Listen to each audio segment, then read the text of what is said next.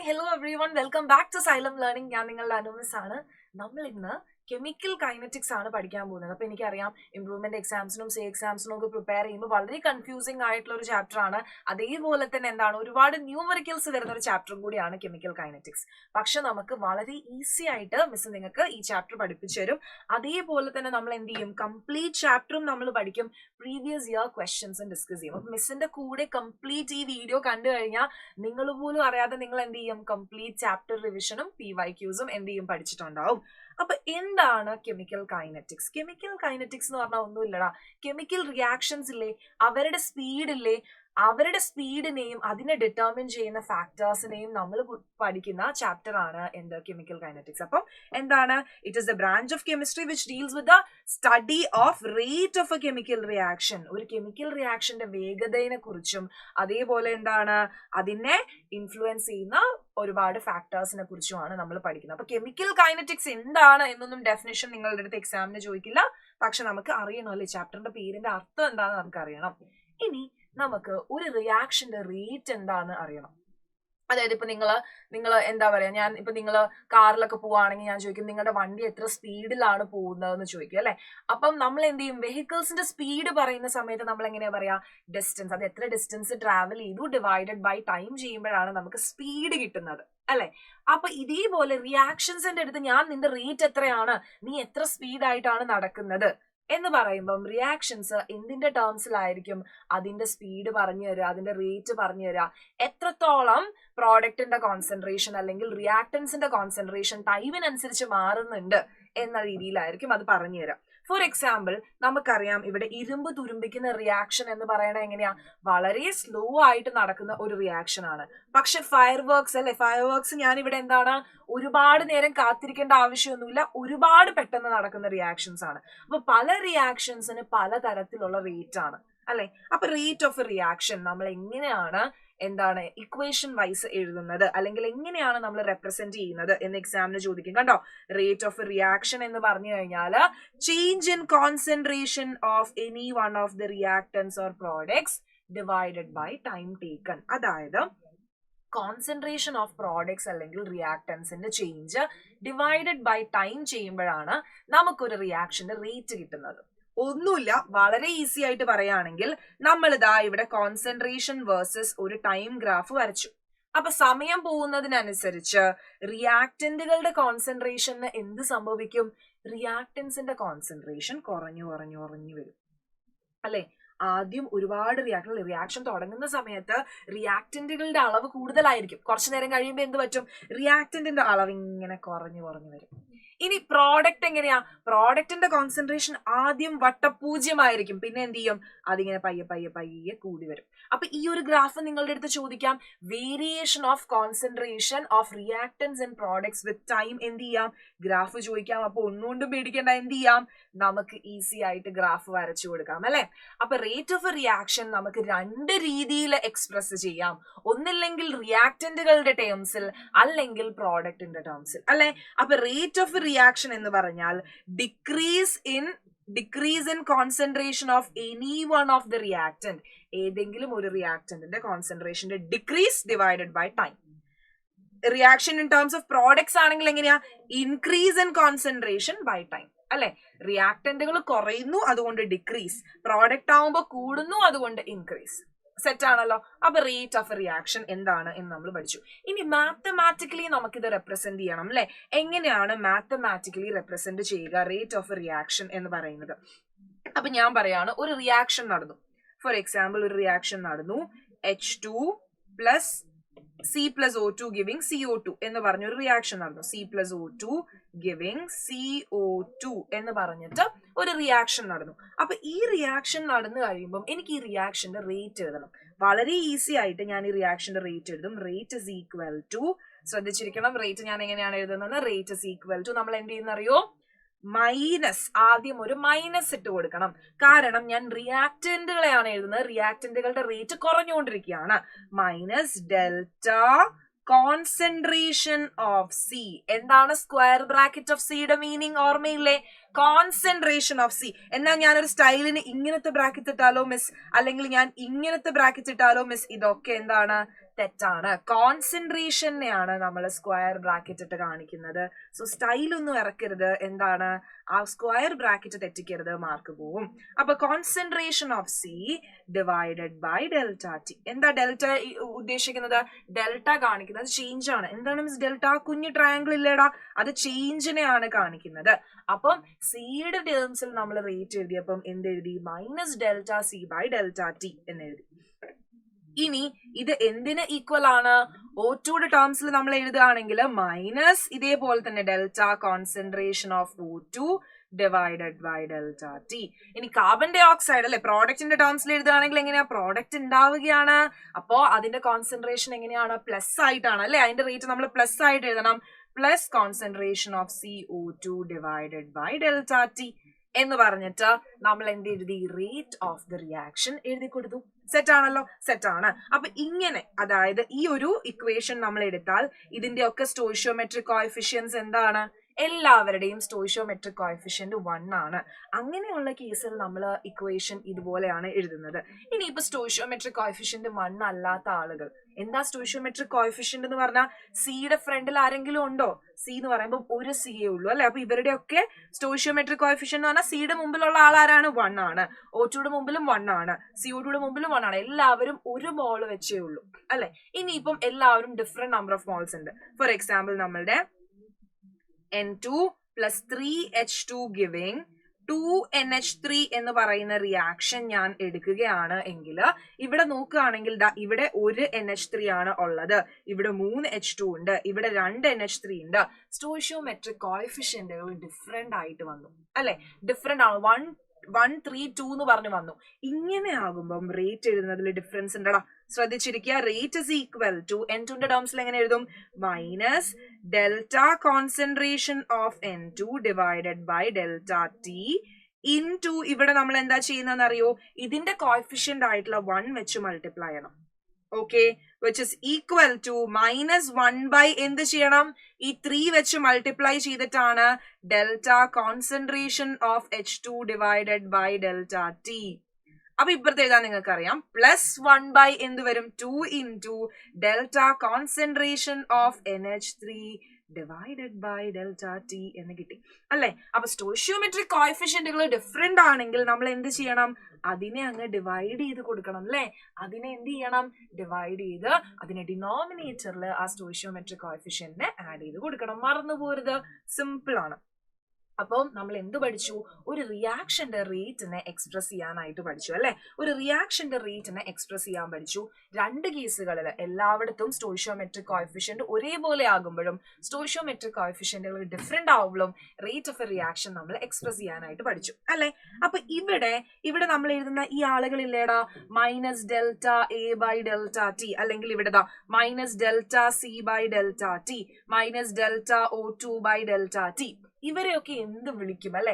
ഇവരെയൊക്കെ എന്താ വിളിക്കുന്നത് എന്നും കൂടെ നമ്മൾ പഠിക്കണം. Minus delta C by delta ടീനെ നമ്മൾ വിളിക്കുന്നത് rate of disappearance of carbon എന്നാണ് അല്ലെ. റേറ്റ് ഓഫ് ഡിസപ്പിയറൻസ്, അവൻ ഇല്ലാണ്ടായിക്കൊണ്ടിരിക്കുകയാണ്. അതുകൊണ്ടാണ് നമ്മൾ അവന്റെ ഫ്രണ്ടിൽ എന്തിട്ടത്? ഒരു നെഗറ്റീവ് ഇട്ടത്. അവന്റെ കോൺസെൻട്രേഷൻ ഇങ്ങനെ കുറഞ്ഞുകൊണ്ടിരിക്കുകയാണ്. So minus delta C by delta T അല്ലെങ്കിൽ minus O2 by delta T എന്നൊക്കെ പറയുന്നതിന് നമ്മൾ എന്ത് വിളിക്കും? റേറ്റ് ഓഫ് ഡിസപ്പിയറൻസ് എന്ന് വിളിക്കും. അപ്പം plus CO2 by delta T ആണെങ്കിലോ plus concentration of CO2 by delta T എന്ന് പറയുമ്പോൾ നമ്മൾ അതിനെ എന്ത് വിളിക്കും അറിയോ? റേറ്റ് ഓഫ് ഫോർമേഷൻ എന്ന് വിളിക്കും. അപ്പൊ ആ 2 വാക്കുകൾ നിങ്ങൾ ഓർത്തിരിക്കുക. റേറ്റ് ഓഫ് ഡിസപ്പിയറൻസ് അല്ലെങ്കിൽ റേറ്റ് ഓഫ് അപ്പിയറൻസ് അല്ലെങ്കിൽ ഫോർമേഷൻ. പ്രോഡക്റ്റുകൾ അപ്പിയർ ചെയ്തുകൊണ്ടിരിക്കുകയാണ്, റിയാക്ടന്റുകൾ ഡിസപ്പിയർ ചെയ്തുകൊണ്ടിരിക്കുകയാണ്. സെറ്റ് ആണല്ലോ. അത്രയും കാര്യങ്ങൾ നമുക്ക് സെറ്റ് ആണ്. അങ്ങനെയാണെങ്കിൽ നിങ്ങളുടെ അടുത്ത് എക്സാമിന് ചോദിക്കും എന്തുകൊണ്ടാണ് ഈ നെഗറ്റീവ് സൈൻ ഇട്ടത്, ആ നെഗറ്റീവ് സൈനിന്റെ സിഗ്നിഫിക്കൻസ് എന്താണ് അല്ലെ. നിങ്ങൾക്കും തോന്നിയിട്ടുണ്ടാവും എന്താണ് റിയാക്ടൻസിന് മാത്രം ഒരു നെഗറ്റീവ് സൈൻ? മിസ് ഓൾറെഡി അതിന്റെ സിഗ്നിഫിക്കൻസ് നിങ്ങൾക്ക് പഠിപ്പിച്ചു തന്നു. കാരണം എന്താണ് അതിന്റെ മീനിങ് എന്ന് പറഞ്ഞാല് റിയാക്ടന്റിന്റെ കോൺസെൻട്രേഷൻ ടൈമിനനുസരിച്ച് കുറയുകയാണ് എന്നാ മീനിങ്. എന്താ നെഗറ്റീവ് സൈനിന്റെ മീനിങ്? റേറ്റ് നെഗറ്റീവ് ആണെന്നാണോ മീനിങ്? അല്ല, റിയാക്ടന്റിന്റെ കോൺസെൻട്രേഷൻ സമയത്തിനനുസരിച്ച് കുറഞ്ഞുകൊണ്ടിരിക്കുകയാണ് എന്നാണ് എന്ത് മീൻ ചെയ്യുന്നത്? നെഗറ്റീവ് സൈൻ മീൻ ചെയ്യുന്നത്. സെറ്റ് ആണല്ലോ. അപ്പൊ what is the significance of this negative sign എന്ന് നിങ്ങളുടെ അടുത്ത് ചോദിച്ചാൽ നിങ്ങൾ എന്ത് പറയും? അതിന്റെ സിഗ്നിഫിക്കൻസ് റേറ്റ് നെഗറ്റീവ് ആണ്, അല്ലെങ്കിൽ റേറ്റ് എന്ന് പറയുന്നത്, നിങ്ങളൊന്ന് ആലോചിച്ച് നോക്കിക്കേ, ഒരു റിയാക്ഷന്റെ സ്പീഡ് എങ്ങനെയാ നെഗറ്റീവ് ആയിട്ട് നമ്മൾ പറയുന്നത്? Rate is almost A positive quantity. പക്ഷേ ഇവിടെ നമ്മൾ ഈ നെഗറ്റീവ് സൈൻ വെച്ച് കാണിക്കുന്നത് ഈ റിയാക്ടന്റിന്റെ കോൺസെൻട്രേഷൻ സമയത്തിനനുസരിച്ച് കുറയുകയാണ് എന്നാണ്. അത് ഓർത്തിരിക്കാം. Okay set. ഇനി എന്ത് ചെയ്യാ? റേറ്റിന്റെ യൂണിറ്റ് പഠിക്കാം. ഇവിടെ ഒരു കാര്യം ശ്രദ്ധിക്കണം, നമ്മള് ഇപ്പൊ പഠിക്കുന്നത് റേറ്റിന്റെ യൂണിറ്റ് ആണ്. ഇനി കുറച്ച് കഴിയുമ്പോൾ നമ്മൾ റേറ്റ് കോൺസ്റ്റന്റിനെ പറ്റി പഠിക്കും, അതിന്റെ യൂണിറ്റും പഠിക്കും. പലപ്പോഴും കുട്ടികൾ എന്ത് ചെയ്യും, ഇത് അങ്ങോട്ടും ഇങ്ങോട്ടും ഒക്കെ മാറ്റി എഴുതുന്നത് മിസ് കണ്ടിട്ടുണ്ട്. അതുകൊണ്ടാണ് മിസ് വീണ്ടും വീണ്ടും ഡിസ്ക്ലെയിമർ പോലെ എന്ത് പറയുന്നത്, എടുത്തു പറയുന്നത്. അപ്പൊ റേറ്റിന്റെ യൂണിറ്റിലേക്ക് വരുമ്പം എന്താണ് റേറ്റ് എന്ന് പറഞ്ഞാല് കോൺസെൻട്രേഷൻ ഡിവൈഡഡ് ബൈ ടൈം എന്നാണ്. കോൺസെൻട്രേഷന്റെ യൂണിറ്റ് എന്താണ്? മൊളാരിറ്റി ആണ്. That is equal two moles per litre. ടൈമിന്റെ യൂണിറ്റ് എന്തിലാണ്? പെർ സെക്കൻഡിൽ പറയാം, പെർ മിനിറ്റിൽ പറയാം, പെർ അവറിൽ പറയാം. അപ്പൊ നമുക്ക് റേറ്റ് എങ്ങനെ കിട്ടും? Moles per litre per second, moles per litre per minute, moles per litre per hour എന്ന് പറഞ്ഞു കിട്ടും. സെറ്റ് ആണല്ലോ. യൂണിറ്റും നമ്മൾ പഠിച്ചു. ഇനി നോക്ക്, ഗേഷ്യസ് റിയാക്ഷൻസ് ആണെങ്കിൽ മൊളാരിറ്റിക്ക് പകരം നമ്മൾ എന്തെടുക്കൂടാ? പ്രഷർ എടുക്കും. So അറ്റ്മോസ്ഫിയേഴ്സ് per second, അറ്റ്മോസ്ഫിയേഴ്സ് per minute, അറ്റ്മോസ്ഫിയേഴ്സ് per hour എന്ന് പറഞ്ഞിട്ട് കിട്ടും. Okay set.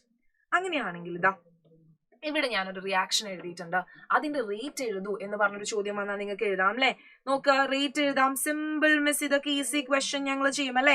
-1/2 into delta concentration of N2O5 divided by delta T, which is equal to 1/4 plus 1/4 into delta concentration of NO2 divided by delta T, which is equal to plus 1/1 തന്നെയാണ് അല്ലെ? എഴുതി കൊടുക്കാം. Into delta concentration of O2 divided by delta T. Simple rate of the reaction നമ്മൾ എഴുതി. Sure ആയിട്ടും ഇങ്ങനത്തെ ഒരു ചോദ്യം നിങ്ങൾക്ക് എന്ത് ചെയ്യും? എക്സാമിന് ചോദിക്കും. Okay set. അങ്ങനെയാണെങ്കിൽ നമുക്ക് രണ്ട് തരത്തിലുള്ള റേറ്റ് പഠിക്കാനുണ്ട്. റേറ്റ് ഓഫ് എ റിയാക്ഷൻ എന്ന് പറയുമ്പം റേറ്റ് രണ്ട് വിധത്തിലാണ്, ആവറേജ് റേറ്റും ഇൻസ്റ്റന്റേനിയസ് റേറ്റും. എന്താണ് ആവറേജ് റേറ്റ്, എന്താണ് ഇൻസ്റ്റന്റേനിയസ് റേറ്റ് എന്ന് പറഞ്ഞിട്ട് തിയറി ആയിട്ട് ക്വസ്റ്റ്യൻ വരും. സിമ്പിൾ ആയിട്ട് നമുക്ക് മാർക്ക് മേടിക്കാം, ഒന്നുമില്ല. ആവറേജ് റേറ്റ് എന്ന് പറഞ്ഞു കഴിഞ്ഞാൽ, ആവറേജ് റേറ്റ് എന്ന് പറഞ്ഞാൽ നമ്മുടെ ചേഞ്ച് ഇൻ കോൺസെൻട്രേഷൻ ബൈ എന്താണ്? ഒരു ലാർജ് ഇന്റർവെൽ ഓഫ് ടൈം, ഒരു അപ്രീഷിയബിൾ എമൗണ്ട് ഓഫ് ഇന്റർവെൽ എന്ന് പറഞ്ഞാൽ ഒരു വലിയൊരു ഇന്റർവെൽ ഓഫ് ടൈം നമ്മൾ കൺസിഡർ ചെയ്യും. ആ സമയത്തുള്ള rate, change in concentration by ആ ടൈം ഇന്റർവെല്ലിനെ നമ്മൾ വിളിക്കുന്ന പേരാണ് ആവറേജ് റേറ്റ്. അപ്പൊ ഒരു ടൈം ഇന്റർവെൽ ഉണ്ട് അല്ലെ? ഒരു ഇത്ര തൊട്ട് ഇത്ര വരെ, ഒരു 10 മിനിറ്റ് 20 മിനിറ്റ്, അല്ലെങ്കിൽ ഇത്ര ഒരു ഇന്റർവെൽ കൊടുക്കുന്നുണ്ട്. ഇത്രയും ഒരു ഇന്റർവെൽ ഓഫ് ടൈമിൽ നമ്മൾ എടുക്കുന്ന റേറ്റിനെ നമ്മൾ ആവറേജ് റേറ്റ് എന്ന് വിളിക്കും. അപ്പൊ നോക്ക്, ആവറേജ് റേറ്റിന്റെ ഡെഫിനിഷൻ നിങ്ങൾ എങ്ങനെ എഴുതി കൊടുക്കും? The average rate of reactions defined as the rate of change of concentration over an appreciable interval of time, over a large interval of time. നോക്ക്, change in concentration in a given time divided by time taken. അതാണ് average rate. ഇനി instantaneous rate, പേര് പറയുന്നത് പോലെ at A particular instant. ഞാൻ ചോദിക്കുകയാണ് 9th മിനിറ്റിൽ അല്ലെങ്കിൽ ഇത്ര ടൈമിൽ, ഒരു പെർട്ടിക്കുലർ ഇൻസ്റ്റന്റിൽ എത്രയാണ് റേറ്റ്? അതാണ് ഇൻസ്റ്റന്റേനിയസ് റേറ്റ് എന്ന് പറയുന്നത്. നോക്കാം, is defined as a decrease in concentration of any one of the reactants or increase in concentration of the products at a particular instant of time. ഒരു particular instant നമ്മൾ എടുക്കുന്ന റേറ്റിനെ ആണെങ്കിൽ നമ്മൾ instantaneous rate എന്നും, ഒരു ടൈം ഇന്റർവെല്ലിൽ നമ്മൾ എടുക്കുന്ന റേറ്റിനെ നമ്മൾ എന്ത് വിളിക്കും? ആവറേജ് റേറ്റ് എന്നും വിളിക്കും. ഓർത്ത് വെക്കാം. സെറ്റ്. അപ്പോ ഇവിടെ നിങ്ങൾ ഒരു കാര്യം കൂടി ആലോചിക്കുക. ആവറേജ് റേറ്റിലെ ആവറേജിനെയാണ് നമ്മൾ എന്ത് വെച്ച് കാണിക്കുന്നത്? ഡെൽറ്റ വെച്ച് കാണിക്കുന്നത്. ഡെൽറ്റ ബൈ ഡെൽറ്റ ടി കാണിക്കുന്നത് ആവറേജ് റേറ്റിനെയാണ്. ഇനി നമ്മള് ഇൻസ്റ്റന്റേനിയസ് റേറ്റിനെ നമ്മൾ എങ്ങനെ കാണിക്കുന്ന അറിയോ? ഇൻസ്റ്റന്റേനിയസിനെ നമ്മൾ എങ്ങനെ ഇൻസ്റ്റ് എന്ന് എഴുതും. That is equal to D by D T. D by D T വെച്ചിട്ടാണ് നമ്മൾ ഇൻസ്റ്റന്റേനിയസ് റേറ്റിനെ എഴുതുന്നത്. ആവറേജ് റേറ്റിനെ എന്ത് വെച്ചാണ് എഴുതുന്നത്? ഡെൽറ്റ ബൈ ഡെൽറ്റ ടി വെച്ചിട്ടാണ്. ഇൻസ്റ്റന്റേനിയസിനെ ഡി ബൈ ഡി ടി വെച്ചിട്ടാണ്. ആ ഒരു കാര്യം എന്ത് ചെയ്യാം? ഓർത്ത് ഇരിക്കാം. അപ്പൊ ഈ ഒരു റിയാക്ഷനിൽ നമ്മൾ ഇവിടെ എഴുതി കൊടുത്തത് എന്തായിരുന്നു? ഇപ്പൊ നമ്മൾ ഇവിടെ എഴുതി കൊടുത്തത് അതിന്റെ ആവറേജ് റേറ്റ് ആയിരുന്നു. ഇനി ഇൻസ്റ്റന്റേനിയസ് റേറ്റ് എഴുതൂ എന്ന് പറഞ്ഞ ക്വസ്റ്റനിൽ നിങ്ങളുടെ അടുത്ത് ചോദിക്കുകയാണെങ്കിൽ നിങ്ങൾ എങ്ങനെ എഴുതും? റേറ്റ് ഇൻസ്റ്റന്റേനിയസ് എഴുതുമ്പം എല്ലാം ഒരേപോലെ തന്നെ അല്ലെ? -1/2 into d by dt. ഡെൽറ്റയ്ക്ക് പകരം d/dt ഇടണം, ബാക്കി ഒന്നിനും മാറ്റില്ല. N2O5 which is equal to plus 1/4 into d/dt of concentration of NO2 which is equal to plus d/dt of concentration of O2. കണ്ടോ? അപ്പൊ ചോദ്യങ്ങൾ ചോദിക്കുമ്പോൾ നിങ്ങളുടെ അടുത്ത് ചോദിക്കും എന്താ, write the average rate of the reaction, write the instantaneous rate of the reaction എന്ന് പറഞ്ഞിട്ട് എന്ത് ചെയ്യും, ചോദിക്കും. ഓക്കെ, അപ്പൊ ആ ഒരു കാര്യം കൂടി ആലോചിച്ച് വെക്കുക. റേറ്റ് ഓഫ് റിയാക്ഷൻ രണ്ട് തരത്തിലുണ്ട്, ആവറേജ് റേറ്റും ഇൻസ്റ്റന്റേനിയസ് റേറ്റും.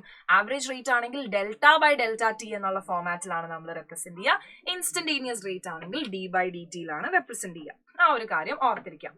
ഇനി നിങ്ങളുടെ അടുത്ത് ചോദിക്കാൻ സാധ്യത ഉള്ള ഒരു ചോദ്യമാണ്, ആവറേജ് റേറ്റും ഇൻസ്റ്റന്റേനിയസ് റേറ്റും ഗ്രാഫിക്കലി കണ്ടുപിടിക്കൂ എന്ന് പറഞ്ഞിട്ട് വേണമെങ്കിൽ എന്ത് ചെയ്യാം, ഒരു ചോദ്യം ചോദിക്കാം. വളരെ ഈസിയാണ്. നിങ്ങളെ പേടിപ്പല്ലേ, ഗ്രാഫിക്കലി എന്നൊക്കെ പറയുമ്പോഴേ നിങ്ങൾ അയ്യോ മിസ് ഗ്രാഫ് ഒന്ന് പേടിയായി. ഒന്നും പേടിക്കണ്ട, സിമ്പിളാ. പൊതുവെ ഈ ഗ്രാഫ് ഒക്കെ വരയ്ക്കാൻ ചോദിക്കുന്ന ക്വസ്റ്റ്യൻസ് അല്ലേ കെമിക്കൽ കൈനറ്റിക്സ് എന്ന് ഫ്രീക്വന്റ് ആയിട്ട് ചോദിക്കും. പക്ഷെ ഭയങ്കര ഈസിയാ. നമ്മൾ വിചാരിക്കും അയ്യോ ഗ്രാഫ്, പക്ഷെ ഒന്നുമില്ലടാ, സിമ്പിളാ. മിസ് പഠിപ്പിച്ചുതരാം. നമ്മൾ നേരത്തെ പഠിച്ചു റിയാക്ടൻസിന്റെ കോൺസെൻട്രേഷൻ ടൈമിനനുസരിച്ച് ഇങ്ങനെ കുറയുക ചെയ്യുന്നത് അല്ലെ, ടൈമിനനുസരിച്ച് ഇങ്ങനെ കുറഞ്ഞു പോവാം. അപ്പൊ നമുക്ക് ആവറേജ് റേറ്റും ഇൻസ്റ്റന്റേനിയസ് റേറ്റും കണ്ടുപിടിക്കണം. അപ്പൊ ആവറേജ് റേറ്റ് എന്ന് പറഞ്ഞു കഴിഞ്ഞാൽ എന്താണ്, ഞാനൊരു T1 ടൈം എടുത്തു, അപ്പോൾ ഉള്ള കോൺസെൻട്രേഷൻ R1 ആണ്. ഇനി ഞാനൊരു T2 ടൈം എടുത്തു, അപ്പോൾ ഉള്ള കോൺസെൻട്രേഷൻ R2 ആണ് അല്ലെ. അപ്പൊ ഈ ഒരു ടൈം ഇന്റർവെല്ലില് T1 T2 എന്ന് പറയുന്ന ടൈം ഇന്റർവെല്ലില് ഞാൻ റേറ്റ് കണ്ടുപിടിക്കുകയാണ് അല്ലെ. അപ്പൊ നോക്കിക്കേ, നമുക്ക് ഗ്രാഫ് കിട്ടി. എന്നിട്ട് നമ്മൾ എന്ത് ചെയ്തു, ആവറേജ് റേറ്റ് കണ്ടുപിടിക്കുകയാണ്. എങ്ങനെയാണ്, -Δr/Δt അല്ലെ. റിയാക്ടൻസിന്റെ ചേഞ്ച് ഡിവൈഡഡ് ബൈ ടൈമിൽ ചേഞ്ച് ചെയ്തപ്പോ നമുക്ക് എന്ത് കിട്ടിയടാ, ആവറേജ് റേറ്റ് ഗ്രാഫിന്ന് കിട്ടി അല്ലെ. സിമ്പിൾ ആയിട്ട് നമുക്ക് ഗ്രാഫിന്ന് ആവറേജ് റേറ്റ് കിട്ടി. ഇനി ഇതേപോലെ തന്നെ ഞാൻ ഈ ഗ്രാഫ് പ്ലോട്ട് ചെയ്തു. പക്ഷെ എനിക്ക് എന്താ കണ്ടുപിടിക്കേണ്ടത്, ഇൻസ്റ്റന്റേനിയസ് റേറ്റാ കണ്ടുപിടിക്കേണ്ടത്. അതൊരു പെർട്ടിക്കുലർ ടൈമിലുള്ള റേറ്റാ കണ്ടുപിടിക്കേണ്ടത്. അപ്പൊ ഞാൻ എന്ത് ചെയ്യുന്നറിയോ, ഇത് ചിലപ്പോൾ നിങ്ങളുടെ അടുത്ത് ചോദിക്കും, എനിക്ക് ഈ ടൈം ടിയിലുള്ള റേറ്റാ കണ്ടുപിടിക്കേണ്ടത്. അപ്പൊ ഞാൻ എന്ത് ചെയ്യുന്ന വെച്ചാൽ ഈ ടൈം ടീന്ന് നമ്മുടെ കർവിലേക്ക് എന്ത് ചെയ്യും, ഒരു ലൈൻ വരയ്ക്കും. എന്നിട്ട് അവിടെ നിന്ന് ഞാനൊരു ടാൻജന്റ് വരയ്ക്കും. അവിടെ നിന്ന് ഞാൻ ഈ ബ്ലൂ കളറിൽ വരച്ചിരിക്കുന്നത് കണ്ടോ, അതാണ് നമ്മുടെ ടാൻജന്റ്. അവിടെ നിന്ന് ഞാൻ വരച്ച ടാൻജന്റ് ആണ് ഇത്. ആ ടാൻജന്റിന്റെ സ്ലോപ്പ് കണ്ടുപിടിക്കും. അതാണ് എന്ത്, ഇൻസ്റ്റന്റേനിയസ് റേറ്റ്. അപ്പം സ്ലോപ്പ് ഓഫ് ദ ടാൻജന്റ് ആണ് ഇൻസ്റ്റന്റേനിയസ് റേറ്റ്. ഇതുവരെ ചോദിച്ചിട്ടില്ല, ചോദിക്കാം അല്ലെ. നമുക്കറിയാം ക്വസ്റ്റ്യൻസിന്റെ ലെവൽ ഇപ്പം വളരെ ഡിഫിക്കൽട്ട് ആയിട്ട് വരുന്നത് കൊണ്ട് ചോദിക്കാൻ സാധ്യതയുണ്ട്. മിസ് എപ്പോഴും ക്ലാസ്സിൽ, ഇന്നത്തെ ക്ലാസ്സിലാണെങ്കിലും പഠിപ്പിക്കുന്ന സമയത്ത് മുഴുവനായിട്ട് NCERT കവർ ചെയ്തുകൊണ്ടാണ് പഠിപ്പിക്കുന്നത്.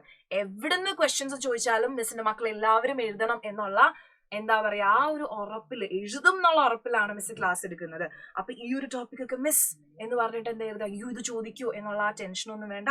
എന്ത് ചോദ്യം ചോദിച്ചാലും നമ്മൾ 100% കോൺഫിഡന്റ് ആയിട്ട് എഴുതി കൊടുക്കും അല്ലെ. കോൺഫിഡൻസ് ആണ് നമ്മളുടെ മെയിൻ. അപ്പം നമുക്ക് നമ്മളിപ്പോ എന്താ പഠിച്ചത്, ആവറേജ് റേറ്റും ഇൻസ്റ്റന്റേനിയസ് റേറ്റും ഗ്രാഫിക്കലി കണ്ടുപിടിക്കാനാണ് പഠിച്ചത്. ഒന്നുമില്ല, ഭയങ്കര ഈസി ആയിരുന്നു. ഗ്രാഫ് വരച്ചു, ആവറേജ് റേറ്റ് ആണെങ്കിൽ നമ്മൾ എന്ത് ചെയ്തു, ഒരു T1 കോൺസെൻട്രേഷൻ, T1 കറസ്പോണ്ടിങ് ആയിട്ടുള്ള R1 കോൺസെൻട്രേഷൻ, T2 കറസ്പോണ്ടിങ് ആയിട്ടുള്ള R2, അതിന്റെ ചേഞ്ച് ഡിവൈഡഡ് ബൈ ആ ΔT ചെയ്തപ്പം ആവറേജ് കിട്ടി. ഇൻസ്റ്റന്റേനിയസ് ആണ് എപ്പോഴും ചോദിക്കുക. ഇൻസ്റ്റന്റേനിയസ് കിട്ടണമെങ്കിൽ എന്ത് ചെയ്യണം, ടാൻജന്റിന്റെ സ്ലോപ്പ് എടുക്കണം. ഇൻസ്റ്റന്റേനിയസ് റേറ്റ് കിട്ടി, നിസ്സാരം. ഇനി നമുക്ക് എന്ത് ചെയ്യാം, രണ്ട് ക്വസ്റ്റ്യൻ ചെയ്യാം അല്ലെ. എങ്ങനെയാണ് പ്രോബ്ലംസ് ചോദിക്കുക എന്നുള്ള ടെൻഷൻ ഉണ്ടാവും. രണ്ട് പ്രോബ്ലം ചെയ്യാം. നോക്ക്, for the reaction are giving products, reactant product ആവുന്ന ഒരു റിയാക്ഷൻ തന്നു. Concentration of the reactant changes from 0.03 molar to 0.02 molar in 25 minutes. Average rate കണ്ടോ, calculate the average rate using time in both minutes and seconds. ഇതുകൊണ്ട് തന്നെയാണ് ഞാൻ ഈ ചോദ്യം വെച്ചത്. ഇത് പ്രീവിയസ് ഇയേഴ്സിൽ ചോദിച്ചിട്ടുണ്ട്. ആവറേജ് റേറ്റ് ആണ് കണ്ടുപിടിക്കേണ്ടത്. R average is equal to minus delta by delta T of എന്താണ്, delta concentration of reactance minus delta T ആണ്. റിയാക്ടന്റുകളുടെ കോൺസെൻട്രേഷൻ എങ്ങനെയാണ് ചേഞ്ച് ചെയ്യുന്നത്, ഫൈനൽ മൈനസ് ഇനിഷ്യൽ ആണ് അല്ലെ. ആദ്യം ഇപ്പം 0.2 ആണ്, ആദ്യം 0.03 ആയിരുന്നു. ഡിവൈഡഡ് ബൈ എന്ത് വരും, ടൈം ഞാൻ ആദ്യം മിനിറ്റിലാണ് എടുക്കുന്നത്, അപ്പം 25 മിനിറ്റ് എന്ന് വന്നു അല്ലെ. അപ്പൊ that is equal to 0.01 divided by 25 എന്ന് വന്നു അല്ലെ. അപ്പൊ ഇതിന്റെ യൂണിറ്റ് എന്ത് വരും, മോൾസ് പെർ ലിറ്റർ പെർ മിനിറ്റിൽ വരും. ഓക്കെ, കാൽക്കുലേറ്ററിൽ അടിച്ചാൽ നിങ്ങൾക്ക് വാല്യൂ കിട്ടും. അപ്പൊ വാല്യൂവിനെ കുറിച്ച് ഞാനിപ്പോ എന്ത് ചെയ്യുന്നില്ല, ബോദർ ചെയ്യുന്നില്ല. പക്ഷെ എന്ത് ചെയ്യുക, ഇങ്ങനെ വന്നു അല്ലെ. ഇതിനെ എങ്ങനെയാ സെക്കൻഡ്സിലേക്ക് മാറ്റുന്നത് എന്നാണ് ഞാൻ പറഞ്ഞു തരാൻ പോകുന്നത്. ഇതിനെ സെക്കൻഡിലേക്ക് നമുക്ക് ആക്കണമെങ്കിൽ നമ്മൾ എന്ത് ചെയ്യണം, ഈ 0.01/25 എന്ന് പറയുന്നത് മിനിറ്റ് ആണ്. അതിനെ സെക്കൻഡിലേക്ക് ആക്കണം. നമുക്കറിയാം എത്രയാണ്, 1 മിനിറ്റ് എന്ന് പറഞ്ഞാൽ 60 സെക്കൻഡ് ആണ് എന്ന് നമുക്ക് അറിയാം അല്ലെ. അപ്പൊ എന്ത് ചെയ്താൽ മതി, ഈ മിനിറ്റിനെ സെക്കൻഡിലേക്ക് ആക്കാൻ ×60 ചെയ്താൽ മതി. അപ്പൊ നമുക്ക് കിട്ടുന്ന ആൻസർ എന്തിലായിരിക്കും, മോൾ പെർ ലിറ്റർ പെർ സെക്കൻഡിലായിരിക്കും. ആ ഒരു കൺവേർഷൻ ആണ് നിങ്ങൾക്ക് മിസ് എന്ത് ചെയ്യണത്, പഠിപ്പിച്ചു തരുന്നത്. ഇതേപോലെ എക്സാമിന് ചോദിക്കും. ടൈം ഇൻ മിനിറ്റ്സ് അല്ലെങ്കിൽ ടൈം ഇൻ സെക്കൻഡ്സ് എന്ന് പറഞ്ഞ് സ്പെസിഫൈ ചെയ്ത് ചോദിക്കും. അപ്പം എഴുതാൻ എന്ത് ചെയ്യാം, ഇപ്പൊ നിങ്ങൾക്ക് അറിയാം. സെറ്റ്. ഇനി നമുക്ക് അടുത്തതായിട്ട് പഠിക്കേണ്ടത് factors influencing rate of a reaction. ഒരു റിയാക്ഷന്റെ റേറ്റിനെ ഇൻഫ്ലുവൻസ് ചെയ്യുന്ന ഫാക്ടേഴ്സ് എന്തൊക്കെയാണ് എന്ന് ചോദിക്കും. എന്തൊക്കെയാണ്, നേച്ചർ ഓഫ് റിയാക്ടിങ് സ്പീഷ്യസ്, 5 കാര്യങ്ങളുണ്ട്. റിയാക്ടിങ് സ്പീഷ്യസുകളുടെ നേച്ചർ, രണ്ടാമത്തെ എന്താ, റിയാക്ടന്റിന്റെ കോൺസെൻട്രേഷൻ, മൂന്നാമത്തെ എന്താ, ടെമ്പറേച്ചർ, റിയാക്ടൻസിന്റെ ടെമ്പറേച്ചർ, പിന്നെ കാറ്റലിസ്റ്റിന്റെ പ്രസൻസ്, പിന്നെ എന്താണ്, എക്സ്പോഷർ ടു റേഡിയേഷൻ. ഈ 5 കാര്യങ്ങൾ ഇമ്പോർട്ടന്റ് ആണ്. Nature, concentration, temperature, presence of catalyst and exposure to radiation. ഇതെല്ലാം എന്തിനെയാണ് അഫക്ട് ചെയ്യുന്നത്, ഒരു റിയാക്ഷന്റെ റേറ്റിനെ അഫക്ട് ചെയ്യും. Okay set. ഇനി നോക്കാം റിയാക്ഷന്റെ റേറ്റും കോൺസെൻട്രേഷൻ ഓഫ് റിയാക്ടൻസ്. നോക്കുക, dependence of rate on concentration. Rate and കോൺസെൻട്രേഷന്റെ റിലേഷൻ നമ്മൾ പഠിക്കാനായിട്ട് പോവാണ്. നമുക്കറിയാം എന്താണ്, നമ്മളുടെ റിയാക്ടന്റുകളുടെ കോൺസെൻട്രേഷൻ കുറഞ്ഞു കഴിഞ്ഞാൽ എന്ത് സംഭവിക്കും, റിയാക്ഷന്റെ റേറ്റ് കുറഞ്ഞു വരും അല്ലെ. റിയാക്ഷൻ തുടങ്ങുന്ന സമയത്ത് റിയാക്ടന്റിന്റെ കോൺസെൻട്രേഷൻ വളരെ കൂടുതലാണ്. അപ്പൊ റിയാക്ഷന്റെ റേറ്റും ഭയങ്കര കൂടുതലായിരിക്കും. കുറച്ച് കഴിയുമ്പം എന്ത് സംഭവിക്കും, റിയാക്ടന്റിന്റെ കോൺസെൻട്രേഷൻ കുറഞ്ഞു തുടങ്ങുമ്പം റേറ്റ് ഓഫ് ദ റിയാക്ഷനും എന്ത് സംഭവിക്കും, കുറയാനായിട്ട് തുടങ്ങും. ഓക്കെ, അപ്പോൾ ഇതിൽ നിന്ന് നമ്മൾ എഴുതുന്ന ആളാണ് റേറ്റ് എക്സ്പ്രഷൻ അല്ലെങ്കിൽ റേറ്റ് ലോ. ഒന്നുമില്ല, ഒരു റിയാക്ഷൻ നമ്മൾ തന്നിട്ടുണ്ടെങ്കിൽ നമുക്ക് അതിന്റെ റേറ്റ് എക്സ്പ്രഷൻ എഴുതണം. ഫോർ എക്സാമ്പിൾ നമ്മൾ ഒരു നോർമൽ റിയാക്ഷൻ എടുക്കുകയാണ്. എ പ്ലസ് ബി ബി അല്ലെ, ഇതാണ് നമ്മളുടെ main reaction. A plus B be giving C plus D എന്ന് പറഞ്ഞ നമ്മളൊരു റിയാക്ഷൻ എടുക്കുകയാണെങ്കിൽ ഇതിന്റെ എന്ത് നമുക്ക് എഴുതണം, റേറ്റ് എക്സ്പ്രഷൻ എഴുതണം അല്ലെ. അപ്പൊ റേറ്റ് എക്സ്പ്രഷൻ എങ്ങനെയാണെന്ന് എഴുതുക, rate is equal to ഒരു constant k എന്താടാ, k is rate constant into concentration of A whole raised to x into concentration of B whole raised to y. അതായത് നമുക്കറിയാം rate of a reaction is directly proportional to എന്താണ്, is directly proportional to concentration of reactants അല്ലെ. അപ്പൊ നമ്മൾ concentration of റിയാക്ടൻസിന് proportional ആണ്. അപ്പൊ ആ proportionality മാറ്റാൻ നമ്മൾ ആഡ് ചെയ്ത ആളുടെ പേരാണ് റേറ്റ് കോൺസ്റ്റന്റ് അല്ലെ. അപ്പൊ ഇത് റേറ്റ് കോൺസ്റ്റന്റ്, മാറിപ്പോരുത്.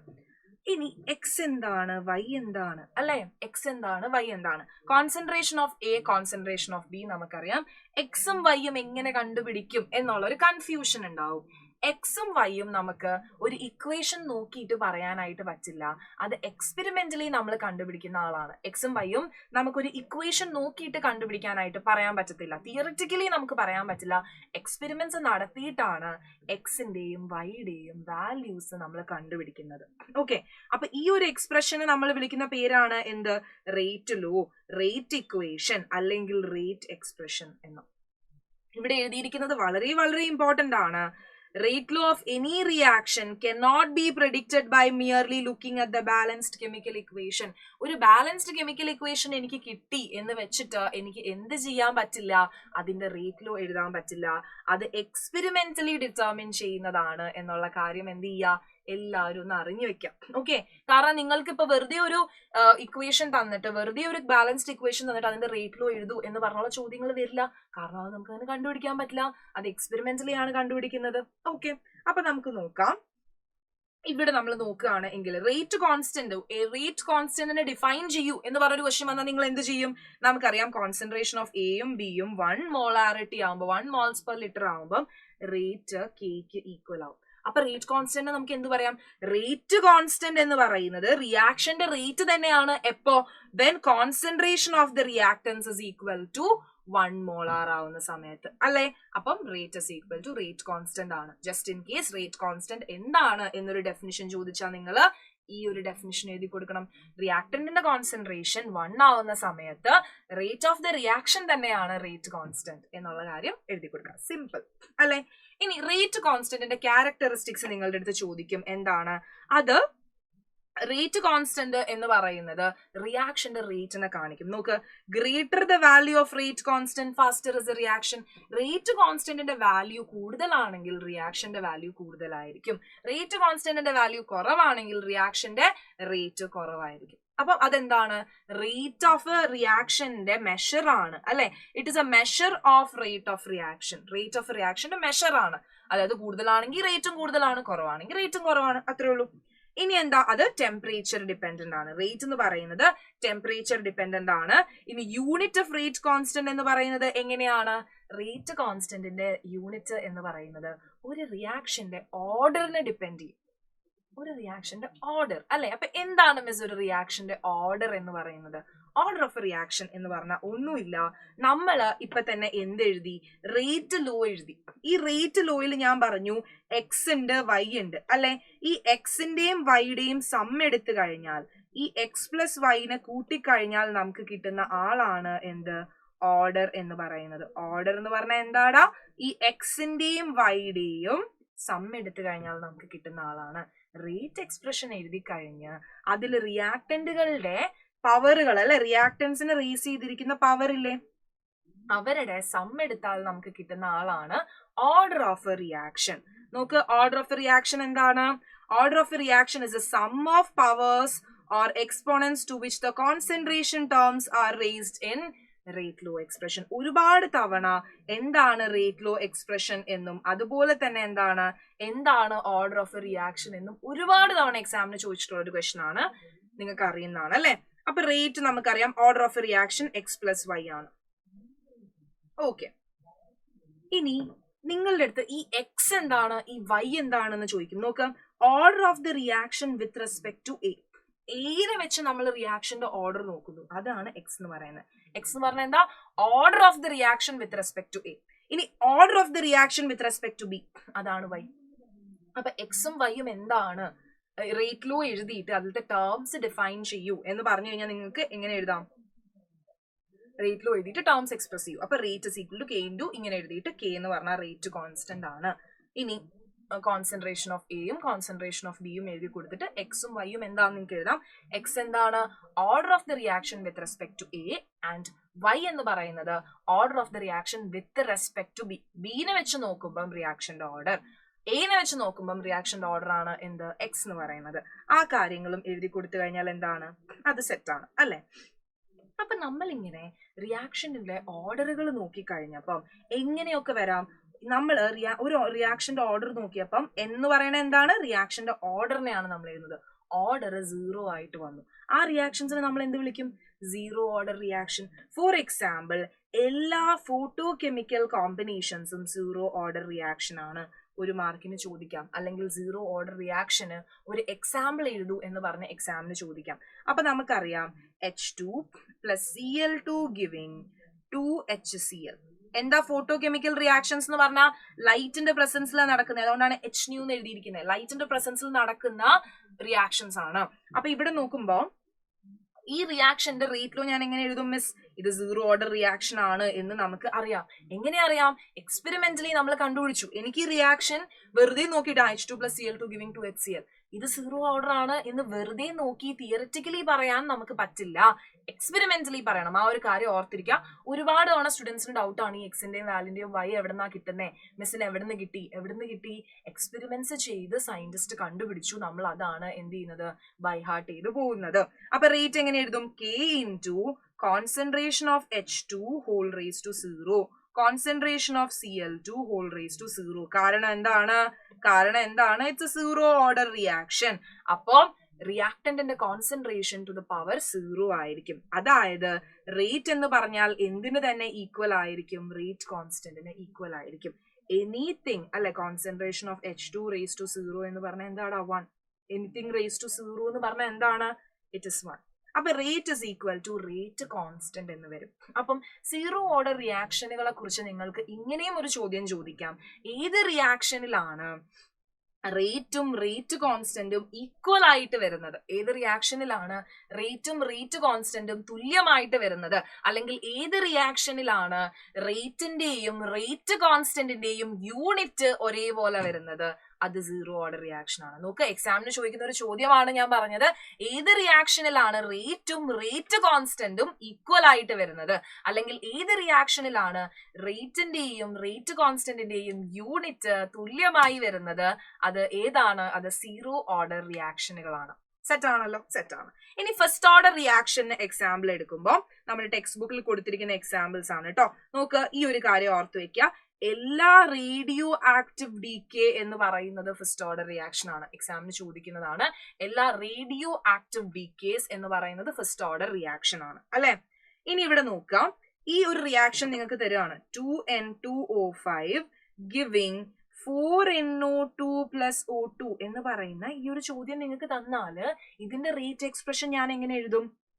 ഇതൊരു ഫസ്റ്റ് ഓർഡർ റിയാക്ഷൻ ആണ്. Rate is equal to K into concentration of N2O5 whole raised to 1 എന്ന് വരും, അല്ലെ? ഇനിയിപ്പം ഇവന്റെ റേറ്റ് ഇക്വേഷൻ ഞാൻ എഴുതുകയാണെങ്കിൽ rate is equal to K into concentration of H2O2 എന്ന് എഴുതും. കണ്ടോ? അപ്പൊ ഇങ്ങനെയാണ് നമ്മൾ റേറ്റ് ഇക്വേഷൻ എഴുതി കൊടുക്കുന്നത്. ഈ എക്സാമ്പിളുകൾ നിങ്ങൾ എന്ത് ചെയ്യുക? ഒന്ന് ബൈഹാർട്ട് ചെയ്ത് വെക്കുക. NCERT-യിൽ ഉള്ളതാണ്. വേണമെങ്കിൽ എന്ത് ചെയ്യാം, അങ്ങനെ തന്നെ ഇക്വേഷൻസ് ചോദിച്ചിട്ട് നിങ്ങളുടെ അടുത്ത് റേറ്റ് എഴുതാനായിട്ട് പറയാം. അടുത്ത ഒരു ഇക്വേഷൻ ഇത് 2HI giving H2 plus I2. ഇതും നമ്മുടെ ബുക്കിലുള്ളതാണ്. എന്താണ്?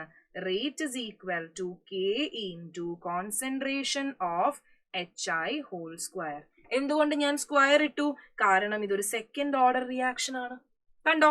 ഇനി ഇവിടെ നോക്കിക്കേ, ആൽക്കലൈൻ ഹൈഡ്രോളിസ് ഓഫ് എസ്റ്റർ. ഒരു എസ്റ്റർ എടുത്തു, അതിനെ ഞാൻ NaOH ഒരു ആൽക്കലി വെച്ച് ട്രീറ്റ് ചെയ്തു. ഈ ഒരു റിയാക്ഷൻ എന്ന് പറയുന്നത് എങ്ങനെയാടാ? ഈ ഒരു റിയാക്ഷൻ വെരി വെരി ഇമ്പോർട്ടന്റ്, എക്സാമിന് ചോദിക്കും. It is a second order reaction. It is a second order reaction. Rate is equal to K into concentration of CH3 COOC2H5 into concentration of NaOH എന്ന് പറഞ്ഞിട്ടാണ് ഇതിന്റെ ഇക്വേഷൻ വരുന്നത്. into concentration of NaOH ഇവിടെ നേരെ നേരെ എഴുതാം. Okay. അങ്ങനെ നമ്മൾ എന്ത് ചെയ്തു? സെക്കൻഡ് ഓർഡർ റിയാക്ഷന്റെയും എക്സാമ്പിൾ പഠിച്ചു. ഇനി ഈ ഒരു തേർഡ് ഓർഡർ റിയാക്ഷന്റെയും എക്സാമ്പിൾ നിങ്ങൾ പഠിക്കുക. ടെക്സ്റ്റ് ബുക്കിലുള്ളതാണ്. 2NO plus O2 giving 2NO2. അപ്പൊ റേറ്റ് എങ്ങനെ എഴുതൂടാ? Rate is equal to K into concentration of NO raised to 2 into concentration of O2 raised to 1. അപ്പം ഓർഡർ നമുക്കറിയാം 2 plus 1 3 എന്ന് കിട്ടി, അല്ലെ? സെറ്റ് ആണ്. ഇനി നമ്മുടെ ഓർഡർ ഓഫ് എ റിയാക്ഷൻ 0 ആവാം, അതുപോലെ തന്നെ എന്താണ് 1 2 3 ഇന്റിജേഴ്സ് വരുന്നുണ്ട്. ഇനി എന്ത് ചെയ്യാം? ഫ്രാക്ഷണൽ ഓർഡറും കൂടി ആവാം. ഓർഡർ ഓഫ് എ റിയാക്ഷന് ഫ്രാക്ഷണൽ വാല്യൂസും വരും. ഈ ഒരു എക്സാമ്പിൾ നിങ്ങൾ പഠിക്കണം. നോക്ക്, ഈ രണ്ട് എക്സാമ്പിൾസ് പഠിക്കണം.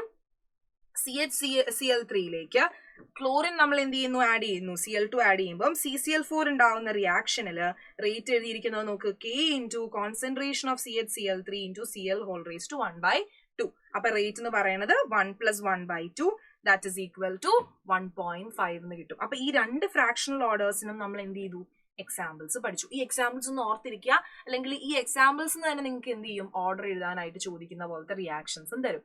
അപ്പം റേറ്റ് എക്സ്പ്രഷൻ എന്താണ്, റേറ്റ് ലോ എന്താണ്, ഓർഡർ എന്താണ് എന്നൊക്കെ നമ്മൾ പഠിച്ചു, അല്ലെ? ഇനി നമുക്ക് പഠിക്കേണ്ടത് റേറ്റ് കോൺസ്റ്റന്റിന്റെ യൂണിറ്റ് ആണ്. അത് ഞാനൊരു ട്രിക്ക് വെച്ച് പഠിപ്പിച്ചു തരാം. റേറ്റ് കോൺസ്റ്റന്റ് എന്താണ്? K ആണ്. അതിന്റെ യൂണിറ്റ് ഒന്നുമില്ല, യൂണിറ്റ് ഞാൻ പഠിപ്പിച്ചതാണ്. Mole raise to 1 minus n, litre raise to n minus 1 per second. ഇതാണ് യൂണിറ്റ് എന്ന് പറയുന്നത്. Mole raise to 1 minus n, litre raise to n minus 1 per second. ഇനി ഇവിടെ ശ്രദ്ധിക്കുകയാണ് എങ്കിൽ n എന്ന് പറഞ്ഞാൽ എന്താടാ? n എന്ന് പറഞ്ഞാൽ റിയാക്ഷന്റെ ഓർഡർ ആണ്. ഇനി നമുക്ക് ഓരോ ഓർഡറിനനുസരിച്ച് നമുക്ക് എന്ത് ചെയ്യാൻ പറ്റും? യൂണിറ്റ് എഴുതാൻ പറ്റും. ഫോർ എക്സാമ്പിൾ 0 ഓർഡർ ആണ്, n is equal to 0 ആണ്. അപ്പൊ mole raise to 1 minus 0, litre raise to 0 minus 1 per second. എന്ത് വരും? Mole litre raise to -1 per second എന്ന് വന്നു. ഇതാരുടെ യൂണിറ്റാ? ഇതാരുടെ യൂണിറ്റിന് ഈക്വൽ ആണ്? റേറ്റിന്റെ യൂണിറ്റിന് ഈക്വൽ ആണ്, അല്ലെ? This is equal two unit of rate ആണ്. 0 ഓർഡർ റിയാക്ഷനിന് റേറ്റിന്റെ യൂണിറ്റും റേറ്റ് കോൺസ്റ്റന്റിന്റെ യൂണിറ്റും ഈക്വൽ ആണ് എന്ന് ഞാൻ കുറച്ചു മുമ്പ് പഠിപ്പിച്ചില്ലേ? ഹെൻസ് പ്രൂവഡ് അല്ലെ. അപ്പം ഇവിടെ എന്ത് ചെയ്തു, നമ്മള് 0 ഓർഡറിന് പഠിച്ചു. ഇതേപോലെ ഏത് ഓർഡറിനും റേറ്റ് നിങ്ങൾക്ക് എഴുതി കൊടുക്കാലോ. എന്നിന്റെ വാല്യൂല് 0, 1, 2, 3, 4 എന്ന് പറഞ്ഞ് സബ്സ്റ്റിറ്റ്യൂട്ട് ചെയ്ത് കൊടുത്തു കഴിഞ്ഞാൽ ഏത് ഓർഡർ റിയാക്ഷൻ തന്നാലും നിങ്ങൾ ഈസി ആയിട്ട് റേറ്റ് കോൺസ്റ്റന്റിന്റെ യൂണിറ്റ് എഴുതും എന്ന് മിസ്സിനറിയാം. ഇനി ഇവിടെ നിങ്ങൾ വരുത്താൻ പോകുന്ന ഒരു മിസ്റ്റേക്ക് ഞാൻ പറഞ്ഞുതരാം. യൂണിറ്റ് എന്താ? Mole raise to 1 - n litre raise to n - 1 per second.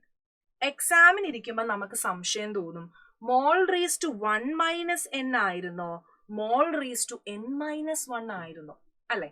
സ്വാഭാവികമായിട്ട് എക്സാം ഹോളിൽ ആ ടെൻഷനിൽ നമുക്ക് അയ്യോ അനുമിസ് പറഞ്ഞ മോൾ റേസ് ടു n - 1 ആണോ 1 - n ആണോ അല്ലെ, ഇത് മാറും. അപ്പം അതിന് മിസ് ഒരു ട്രിക്ക് പറഞ്ഞുതരാം. മോൾ അവസാനിക്കുന്നത് ഒരു എല്ലിലാ, ഇവിടെ തുടങ്ങേണ്ടതും ഒരു 1 അല്ലെ. മോൾ ഇങ്ങനെ തീരുന്നത് എങ്ങനെയാ? ഒരു 1 പോലെ ഇതിലാണ് അല്ലെ. അപ്പൊ ഇവിടെ നിന്നും 1 - n, രണ്ടാളുകളും എങ്ങനെയാ? ഒരേപോലെയാണ് എഴുതി വരേണ്ടത്. ഇവിടെ മോള്, ഇവിടെ 1. അപ്പൊ ഇനി മറക്കരുത്, ഒരു 11 പോലെ അല്ലെ, മോള് പിന്നെ 1 - n. അങ്ങനെയാണ് മിസ് ഇത് ഓർത്തിരിക്കുക കേട്ടോ. മോള് കഴിഞ്ഞിട്ട് എന്ത് ചെയ്യും? ഇവിടെ 1 - n. ആ ഒരു കാര്യം വെച്ച് നമുക്ക് എന്ത് ചെയ്യാം? അതും ഓർത്തിരിക്കാം. ഇനി നമുക്ക് അടുത്തത് നോക്കേണ്ടത് എന്താണ് എന്ന് ചോദിച്ചാൽ ഒരു ചോദ്യം നോക്കാം അല്ലെ. എങ്ങനെയാണ് ക്വസ്റ്റ്യൻ വരുന്നത് എന്നൊരു ചോദ്യം നോക്കാം. കാൽക്കുലേറ്റ് ദ, ഈ റേറ്റ് എക്സ്പ്രഷൻ തന്നിട്ടുണ്ട്, ഓർഡർ കണ്ടുപിടിക്കുക. കണ്ടോ, റേറ്റ് എക്സ്പ്രഷൻ ഇങ്ങനെ തരും, ഓർഡർ ആണ് നമുക്ക് കണ്ടുപിടിക്കേണ്ടത്. അപ്പൊ ആദ്യത്തേതിന്റെ ഓർഡർ എന്ന് നോക്കിക്കഴിഞ്ഞാൽ എയുടെ പവർ എത്രയാണ്? 1/2 ആണ്. ബിയുടെ പവർ എത്രയാടാ? 3/2 ആണ്. രണ്ടും കൂടെ കൂട്ടിയാൽ 4/2 which is equal to 2. Order കിട്ടി. ഇനി ബി ക്വസ്റ്റ്യൻ എടുക്കുകയാണെങ്കിൽ എങ്ങനെയാണ്? എയുടെ പവർ എന്ന് പറയുന്നത് 3/2 ആണ്. ബിയുടെ പവർ എത്രയാ? -1 വന്നു അല്ലെ. അപ്പൊ എത്ര വരും?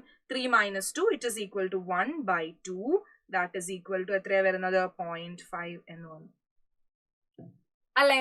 0.5 എന്ന് വന്നു. അപ്പൊ നമ്മൾ ഓർഡർ കണ്ടുപിടിച്ചു. ഇതേപോലെ തരാം, റേറ്റ് എക്സ്പ്രഷൻ തരും. ഒരു 98% ക്വസ്റ്റ്യൻസിലും എന്ത് തരും? റേറ്റ് എക്സ്പ്രഷൻ തരും. റേറ്റ് എക്സ്പ്രഷൻ തരാതെ ഉള്ള ചോദ്യങ്ങൾ എന്ന് പറഞ്ഞു കഴിഞ്ഞാൽ ആരുടെയൊക്കെ ആയിരിക്കും എന്നറിയോ? ഈ ക്വസ്റ്റ്യൻ ഒക്കെ ആയിരിക്കും. 2NO + O2 giving 2NO2 it's a third order reaction എന്ന് ടെക്സ്റ്റ് ബുക്കിൽ പറയുന്നുണ്ട്. അതേപോലെ ഈ രണ്ട് റിയാക്ഷൻസും അതിന്റെ ഓർഡർ 1.5 ആണ് എന്ന് പറയുന്നുണ്ട്. അപ്പൊ നമുക്ക് അതുപോലെ തന്നെ എന്താണ് ഈ ester, alkaline hydrolysis of ester വരുമ്പോഴും അതിന്റെ ഓർഡർ എന്ന് പറയുന്നത് 2 ആണ് എന്ന് പറയുന്നുണ്ട്. ടെക്സ്റ്റ് ബുക്കിൽ കൊടുത്തിരിക്കുന്ന ഈ ക്വസ്റ്റ്യൻസ് അല്ലാണ്ട് ബാക്കി എന്ത് ഇക്വേഷൻസ് പുറത്തുനിന്ന് വന്നാലും അതിന്റെ റേറ്റ് എക്സ്പ്രഷൻ തന്നിട്ട് തന്നെ നമ്മളുടെ അടുത്ത് എന്ത് ചോദിക്കുള്ളൂ? ഓർഡർ ചോദിക്കുള്ളൂ. അതിനെക്കുറിച്ച് ആരും ടെൻഷൻ അടിക്കേണ്ട ആവശ്യം ഇല്ല. അങ്ങനെയാണെങ്കിൽ നമുക്ക് എന്ത് ചെയ്യണം? ഇതേപോലത്തെ ടേബിൾ വരച്ചുള്ള ക്വസ്റ്റ്യൻസ് വരാനുള്ള സാധ്യതയുണ്ട്. എക്സ്പെരിമെന്റൽ ഡിറ്റർമിനേഷൻ ഓഫ് ഓർഡർ, അതായത് ഇങ്ങനെ ഒരു എക്സ്പെരിമെന്റൽ ഡാറ്റ നിങ്ങൾക്ക് തരും. എന്നിട്ട് കണ്ടോ, A+B ഗിവിംഗ് പ്രോഡക്റ്റ് ആണ്. Determine order with respect to A and B. എനെയും ബിനെയും വെച്ച് നമുക്ക് എന്ത് ചെയ്യണം? ഓർഡർ കണ്ടുപിടിക്കൂ എന്നുള്ള രീതിയിൽ ചോദ്യങ്ങൾ ചോദിക്കാം. ഇങ്ങനെ ടേബിൾ കൊടുത്തിട്ട്. അപ്പൊ ഈ ടേബിൾ കണ്ട ആരും പേടിക്കേണ്ട, സിമ്പിൾ ആയിട്ട് കണ്ടുപിടിക്കാൻ മിസ് പറഞ്ഞുതരാം. നമുക്കറിയാം റേറ്റ് എക്സ്പ്രഷൻ എങ്ങനെയാ വരുന്നത്?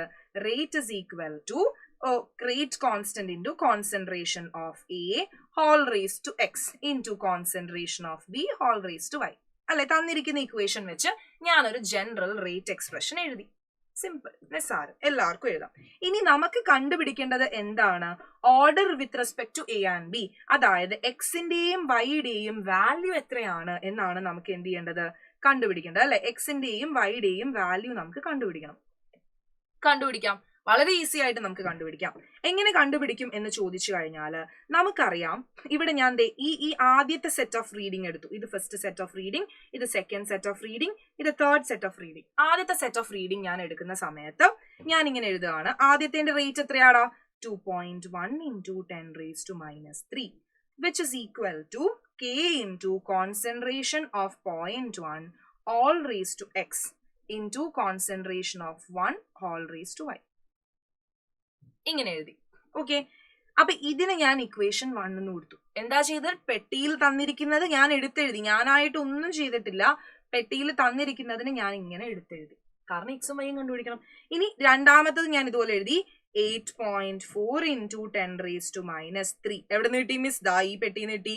which is equal to K into concentration of A എന്ന് പറയുന്ന 0.2 whole raised to x into 1 whole raised to y. ഇതിനെ ഞാൻ ഇക്വേഷൻ 2 എന്ന് വിളിച്ചു. ആർക്കെങ്കിലും എന്തെങ്കിലും വിരോധം ഉണ്ടോ? ഉണ്ടെങ്കിൽ ഞാൻ വിളിക്കാം. ഇനി മൂന്നാമത്തതും ദാ 8.4 into 10⁻³ is equal to K into concentration 0.2 whole raised to x into 2 whole raised to y. ഇതിനെ ഞാൻ ഇക്വേഷൻ 3 എന്ന് വിളിച്ചു. ഇനിയാണ് നമ്മളുടെ easy P C trick. Equation 1നെയും 2നെയും 3നെയും നിങ്ങൾ നോക്കാട്ടോ. 1 2 3 നമ്മൾക്ക് എക്സും വൈയും കണ്ടുപിടിക്കണം. അപ്പൊ നമ്മൾ എന്ത് ചെയ്യണം എന്ന് വെച്ചാൽ കോമൺ ആയിട്ടുള്ള ഒരാളെ കട്ട് ചെയ്ത് കളയണം. ഈ രണ്ട് ഇക്വേഷൻസിനെ ഡിവൈഡ് ചെയ്തു. ഇവിടെയും ഇവിടെയും 1 ഉണ്ട്. അപ്പൊ ഇക്വേഷൻ 1നെയും 2നെയും നമ്മൾ ഡിവൈഡ് ചെയ്ത് കളഞ്ഞാൽ ഈ രണ്ട് ടേമുകൾ ക്യാൻസൽ ആയി പോയില്ലേ? അപ്പൊ ഇവിടെ എക്സ് മാത്രമല്ലേ ഉണ്ടാവുള്ളൂ. യെസ്, നമുക്ക് ഇപ്പുറത്തെ പേജ് പോയിട്ട് അവരെ തമ്മിൽ അങ്ങ് ഒഴിവാക്കാം, നൈസായിട്ട് അങ്ങ് ഒഴിവാക്കാം. അപ്പൊ ഇക്വേഷൻ 1നെ ഞാൻ ഇക്വേഷൻ 2 വെച്ച് ഡിവൈഡ് ചെയ്യുമ്പോൾ എനിക്ക് എന്ത് കിട്ടും എന്ന് ചോദിച്ചാൽ 2.1 ഡിവൈഡഡ് ബൈ 8.4 അല്ലെ. 2.1 ഡിവൈഡഡ് ബൈ 8.4 എന്ന് പറഞ്ഞാൽ എന്താ? 1/4 ആണ് അല്ലെ. 2.1നെ 4 ടൈംസ് മൾട്ടിപ്ലൈ ചെയ്യുമ്പോഴാണ് 8.4 കിട്ടുന്നത്. 1/4 ആണ്. വിച്ച് ഇസ് ഈക്വൽ ടു, ഇവിടെ നോക്കുക, കെയും കെയും വെട്ടിപ്പോയി, 0.1 by 0.2 whole raise to X എന്ന് കിട്ടി. അതായത് 1/2 അല്ലെ. 1/2 ഹോൾ റേസ് ടു എക്സ് എന്ന് കിട്ടി. മിസ് വൈ, എടാ വൈ ക്യാൻസൽ ആയി പോയില്ലേ? 1 raised to y by 1 raised to y വെട്ടിപ്പോയി. അപ്പൊ നോക്കാം, 1/2 ഹോൾ റേസ് ടു എക്സ് എന്ന് പറയണ 1/4 ആണ്. അതായത് 1/4 എന്ന് പറഞ്ഞ 1/2 raised to x എന്നാണ് അല്ലേ. 1ന് എത്ര പവർ ഇട്ടാലും അത് തന്നെയാണ് അല്ലെ. അപ്പൊ 1/2 raised to x എന്നാണ്. വിച്ച് ഇസ് ഈക്വൽ ടു എന്താണ്? എക്സിന്റെ വാല്യൂ എത്രയാടാ? 2ന്റെ സ്ക്വയർ ആണ് 4. എക്സ് ഇസ് ഈക്വൽ ടു 2 നീട്ടി. അപ്പം power of A with respect to order of the reaction with respect to A എന്ന് പറയണം നമുക്ക് എക്സ് എന്ന് കിട്ടി. ഇനി വൈയുടെ വാല്യൂ കണ്ടുപിടിക്കാം. സിമ്പിൾ. അടുത്ത ഇക്വേഷൻസ് എടുക്കാം അല്ലെ. ഇവരിതാ ഈ ഇക്വേഷൻ എടുത്താൽ ഇവര് കോമൺ ആണ്. അപ്പൊ ഇവരെ നൈസായിട്ട് അങ്ങ് ഒഴിവാക്കിയാൽ മതി അല്ലെ. അപ്പൊ ഇക്വേഷൻ 2നെയും 3നെയും ഞാൻ അങ്ങ് ഡിവൈഡ് ചെയ്തു. അപ്പൊ എന്ത് വരുവാടാ? ഇവിടെ നോക്കുക, ഇതേ ബൈ ഇത് രണ്ടും ഒരേ വാല്യൂ, അവരെ ഡിവൈഡ് ചെയ്താൽ നമുക്ക് 1 കിട്ടും. വിച്ച് ഇസ് ഈക്വൽ ടു, ഇവിടെ നോക്കുക, 0.2ഉം 0.2ഉം കെയും കെയും ഒക്കെ വെട്ടി 1/2 whole raise to y. 1/2 whole raise to y. 1/2നെ എന്തോ ഒരു സാധനം വെച്ച് റേസ് ചെയ്തപ്പോ നമുക്ക് 1 ആൻസർ കിട്ടി. അങ്ങനെയാണെങ്കിൽ ആ എന്തോ ഒരു സാധനം എന്തായിരിക്കും ഇടാ? y എന്ന് പറയുന്നത് വട്ടപൂജ്യമായിരിക്കും അല്ലെ. എനിത്തിങ് റേസ് ടു 0 ആണ് 1 എന്ന് പറയുന്നത് അല്ലെ. എന്തോ ഒരു സാധനം റേസ് ടു ചെയ്തല്ലേ. അപ്പൊ നമുക്കറിയാം 1 കിട്ടണമെങ്കിൽ 0 ആണ് എന്തോ ഒരു സാധനം അല്ലെ. അപ്പൊ y എന്ന് പറയുന്നത് എന്തായിരിക്കും? 0 ആണ്. അപ്പൊ നമുക്ക് ഇപ്പൊ എന്ത് കിട്ടി? എയുടെ അല്ലെ order of the reaction with respect to A എന്ന് പറയുന്നത് 2 ആണ്. Order of the reaction with respect to B എന്ന് പറയുന്നത് 0 ആണ്. ഇനിയിപ്പം ഈ റിയാക്ഷന്റെ ഓർഡർ നിങ്ങളുടെ അടുത്ത് ചോദിക്കാം. ഓർഡർ എന്ന് പറയുന്നത് എന്ത് വരും? 2 + 0 which is equal to 2. റിയാക്ഷന്റെ റേറ്റ് എക്സ്പ്രഷൻ എഴുതൂ എന്ന് പറഞ്ഞ് ചോദിക്കാം. Rate is equal to K into concentration of A whole square into concentration of B raised to 0. That is K into concentration of A whole square എന്ന് പറഞ്ഞിട്ട് നമുക്ക് എന്ത് കിട്ടി? റേറ്റ് കിട്ടി. അപ്പൊ ഇതേപോലെ പെട്ടി വരച്ചൊരു ചോദ്യം. ഓക്കെ, അപ്പൊ ഈ ക്വസ്റ്റ്യൻ മെയിൻ ആയിട്ട് മിസ് എന്തിനാ പഠിപ്പിച്ചു വെച്ചാൽ ഇംപ്രൂവ്മെന്റ്. അതായത് എനിക്കറിയാം കെമിസ്ട്രിയിൽ മാർക്ക് വന്നിട്ട്, അതായത് നിങ്ങൾ ഇനിയും ബെറ്റർ മാർക്സിന് വേണ്ടി ഇംപ്രൂവ്മെന്റ് ചെയ്യാൻ ആഗ്രഹിക്കുന്ന കുട്ടികൾക്ക് ഇങ്ങനെ ഒരു ചോദ്യം വന്നു കഴിഞ്ഞാൽ എന്നുള്ള രീതിയിലാണ് മിസ് ഈ ഒരു ചോദ്യം പഠിപ്പിച്ചത്. കാരണം ബോർഡ്സിന്റെ എക്സാംസ് എങ്ങനെയായിരുന്നു? കുറച്ച് ഡിഫിക്കൽട്ട് ആയിരുന്നു. അപ്പൊ ഈ ഇങ്ങനെ പെട്ടി വന്നു കഴിഞ്ഞാൽ എന്ത് ചെയ്യാ? എപ്പോഴും ഇതേപോലെയാണ് നമ്മൾ എന്ത് ചെയ്യേണ്ടത്? സോൾവ് ചെയ്യേണ്ടത്. തന്നിരിക്കുന്ന പെട്ടിയിൽ ഓരോരുത്തരെ ഓരോ ഇക്വേഷൻ ആയിട്ട് എടുത്ത് എഴുതിയിട്ട് ഡിവൈഡ് ചെയ്ത് കൊടുക്കുക. ഇക്വേഷൻസിനെ ക്യാൻസൽ ചെയ്ത് നോക്കുന്ന ഇക്വേഷൻസിനെ ഡിവൈഡ് ചെയ്യാം. എക്സിന്റെയും വൈയുടെയും വാല്യൂ കണ്ടുപിടിക്കുക. എപ്പോഴും നിങ്ങൾക്ക് സോൾവ് ചെയ്യാൻ പറ്റുന്ന ഇതേപോലെ 2, അതുപോലെ എന്താണ് 3, 0, 1 ഒക്കെ ആയിട്ടുള്ള വാല്യൂസേ വരുള്ളൂ. അപ്പൊ ഒരിക്കലും അയ്യോ മിസ് ഇടയിൽ ഫ്രാക്ഷൻ ഒന്നും വരില്ലടാ. ഇതേപോലെ നമുക്ക് കാണുമ്പോഴേ എന്താണ്, ഇപ്പൊ 2.1 by 8.4 എന്ന് പറയുമ്പോൾ നമുക്ക് 1/4 ആണ്. അങ്ങനെയുള്ള വാല്യൂസ് തന്നെ വരുള്ളൂ. ഒരു കൺഫ്യൂഷന്റെ ആവശ്യമില്ല. വളരെ എളുപ്പത്തിൽ നമുക്ക് എന്ത് ചെയ്യാനായിട്ട് പറ്റുന്ന ക്വസ്റ്റ്യൻസ് ആണ് വരത്തുള്ളൂ. അതുകൊണ്ടാണ് മിസ് ഈ ഒരു ക്വസ്റ്റ്യൻ ചെയ്തത്. ടേബിൾ വരുമ്പോഴത്തേക്കും പേടിക്കരുത്. അതുപോലെ തന്നെ ഞാൻ പറയാണ്, കെമിക്കൽ കൈനറ്റിക്സ് എന്ന് വരുന്ന ചോദ്യങ്ങൾ വളരെ എളുപ്പമായിരിക്കും. അപ്പൊ ഒരു ചോദ്യത്തിന്റെ ലെങ്ത് കൂടി എന്ന് പറയുമ്പോൾ പേടിക്കരുത്. എത്ര ലെങ്ത് കൂടിയാണ് ചോദ്യം അത്രയും എളുപ്പമായിരിക്കും ആൻസർ. വല്ല 0ഉം 1ഉം ഒക്കെ ആയിരിക്കും ആൻസർ. അപ്പൊ എന്ത് ചെയ്യുക? എപ്പോഴും ക്വസ്റ്റ്യൻസ് കാണുമ്പോൾ പേടിക്കാതെ വളരെ സിമ്പിൾ, അങ്ങനത്തെ ഒരു രീതിയിൽ ഒരു ഇത് സിമ്പിൾ ഇത് ഞാൻ പഠിച്ചതാന്നുള്ള രീതിയിൽ അപ്രോച്ച് ചെയ്യണം. അയ്യോ എന്ന് പറഞ്ഞ് പേടിച്ചു കഴിഞ്ഞാൽ നിങ്ങൾക്ക് അറിയണമാണെങ്കിൽ കൂടി എന്ത് ചെയ്യും? നിങ്ങൾക്ക് കൺഫ്യൂഷൻ. അപ്പൊ എപ്പോഴും നമ്മൾ പഠിച്ചത് മാത്രമേ എക്സാമിന് വന്നിട്ടുള്ളൂ എന്നുള്ളൊരു കോൺഫിഡൻസിൽ എന്ത് ചെയ്യുക? എക്സാമിന് പോവാം. അപ്പം മോളിക്യുലാരിറ്റി ഓഫ് എ റിയാക്ഷൻ ആണ് നമ്മൾ പഠിക്കാൻ പോകുന്നത് അല്ലെ. നമ്മൾ ഇത്ര നേരം എന്തൊക്കെ പഠിച്ചു എന്ന് മിസ് നോക്കുകയാണെങ്കിൽ റേറ്റ് എന്താണെന്ന് പഠിച്ചു, റേറ്റിന്റെ എക്സ്പ്രഷൻ പഠിച്ചു, ഓർഡർ പഠിച്ചു. ഇനി എന്താണ് മോളിക്യുലാരിറ്റിയിലേക്ക് വരാം. ഒന്നുമില്ല, മോളിക്യുലാരിറ്റി എന്ന് പറഞ്ഞാൽ ഒരു റിയാക്ഷൻ എഴുതുമ്പം അതിൽ എത്ര നമ്പർ ഓഫ് മോളിക്യൂൾസ് ആണ് റിയാക്ട് ചെയ്തത്. നോക്ക്, ദ നമ്പർ ഓഫ് റിയാക്ടിങ് സ്പീഷ്യസുകളാണ്. ഒരു റിയാക്ഷനിൽ എത്ര നമ്പർ ഓഫ് റിയാക്ടിങ് സ്പീഷ്യസുകൾ ഉണ്ട്. ഈ റിയാക്ടിങ് സ്പീഷ്യസുകൾ തമ്മിൽ കൊളൈഡ് ചെയ്തിട്ട് ഇവർ തമ്മിലുള്ള കൊളീഷൻ കാരണമാണ് ഇവർ പ്രോഡക്റ്റ് ആയിട്ട് മാറുന്നത്. അപ്പൊ മോളിക്യുലാരിറ്റി എന്ന് പറഞ്ഞാൽ ഡെഫിനിഷൻ ചോദിക്കും, ഓർഡറിന്റെയും മോളിക്യുലാരിറ്റിയുടെയും ഡെഫിനിഷൻ ചോദിക്കും. മോളിക്യുലാരിറ്റി എന്ന് പറഞ്ഞാൽ നോക്കടാ, the number of reacting species taking part in a reaction which must collide simultaneously to bring about the chemical reaction. ഇവിടെ ഒരു ടേം ശ്രദ്ധിക്കണം, taking part in an elementary reaction. Definition എഴുതുമ്പം അത് എഴുതി കൊടുക്കണം. എലമെന്ററി റിയാക്ഷൻ എന്ന് പറഞ്ഞാൽ എന്താണ് മിസ്? എലമെന്ററി എന്ന് പറയുന്ന ടേം ഡെഫിനിഷൻ എഴുതുമ്പം മിസ് ആവരുത്. ഒരു എലമെന്ററി റിയാക്ഷൻ എന്ന് പറഞ്ഞാൽ ഒരു സിംഗിൾ സ്റ്റെപ്പിൽ നടക്കുന്ന റിയാക്ഷൻ ആണ്. എന്താണ്? ഇവൻ സിംഗിൾ ആണ്. എലമെന്ററി റിയാക്ഷൻ സിംഗിൾ ആണ്. അങ്ങനെയാണെങ്കിൽ കോംപ്ലക്സ് റിയാക്ഷൻസ് എന്ന് പറഞ്ഞാൽ എന്താ? അവൻ സിംഗിൾ അല്ല, കോംപ്ലക്സ് ആണ്. കോംപ്ലക്സ് എന്ന് പറഞ്ഞാൽ മൾട്ടിപ്പിൾ സ്റ്റെപ്സിൽ നടക്കുന്ന റിയാക്ഷൻ ആണ്. ഇവൻ എങ്ങനെയാണ്? മൾട്ടിപ്പിൾ സ്റ്റെപ്സിലാണ് നടക്കുന്നതടാ, മൾട്ടിപ്പിൾ സ്റ്റെപ്സ്. ഇവൻ സിംഗിൾ സ്റ്റെപ്പിലാണ് നടക്കുന്നത്. അപ്പൊ എലമെന്ററി റിയാക്ഷനുകൾക്കാണ് നമ്മൾ മോളിക്യുലാരിറ്റി പറയുന്നത്. കോംപ്ലക്സ് റിയാക്ഷനുകളിലേക്ക് വരുമ്പം അവിടെ മോളിക്യുലാരിറ്റിക്ക് സിഗ്നിഫിക്കൻസ് ഇല്ല, അത് പറയുന്നതിൽ അർത്ഥമില്ല എന്നുള്ള മീനിങ് ഒന്ന് ആലോചിക്കുക. ഇനി എന്താ മോളിക്യുലാരിറ്റി? എങ്ങനെ കണ്ടുപിടിക്കും? ഓർഡർ പോലെയല്ല, നമുക്ക് നോക്കി കണ്ടുപിടിക്കാം. നോക്കാം, മോളിക്യുലാരിറ്റി ഓഫ് എ റിയാക്ഷൻ എന്ന് പറയുന്നത് എന്തൊക്കെയാകാം? 1 ആകാം, 2 ആകാം, 3 ആകാം. അതെന്താ മിസ് അങ്ങനെ ഒരു ടോക്ക്? 0 ആവാൻ പാടില്ലേ? പാടില്ല. അതുകൊണ്ടാണ് ഇവിടെ 1, 2, 3 പാടുള്ളൂ. അപ്പൊ 4 ആവാൻ പാടില്ലേ മിസ്? പാടില്ല. അപ്പൊ നോക്ക്, 1, 2, 3 ഫ്രാക്ഷൻ ആവാൻ പാടുമോ മിസ്? പാടില്ല. പാടാൻ പാടില്ല. ഐ മീൻ അങ്ങനല്ല. അപ്പൊ മോളിക്യുലാരിറ്റി എന്ന് പറഞ്ഞാൽ എന്താ? 0 ആവില്ല, ഫ്രാക്ഷൻ ആവില്ല. പക്ഷെ ഓർഡറിന് ഇതൊക്കെ ആകാം. ഓർഡർ 0 ആകാം, ഫ്രാക്ഷൻ ആകാം, നമ്പേഴ്സ് ആകാം.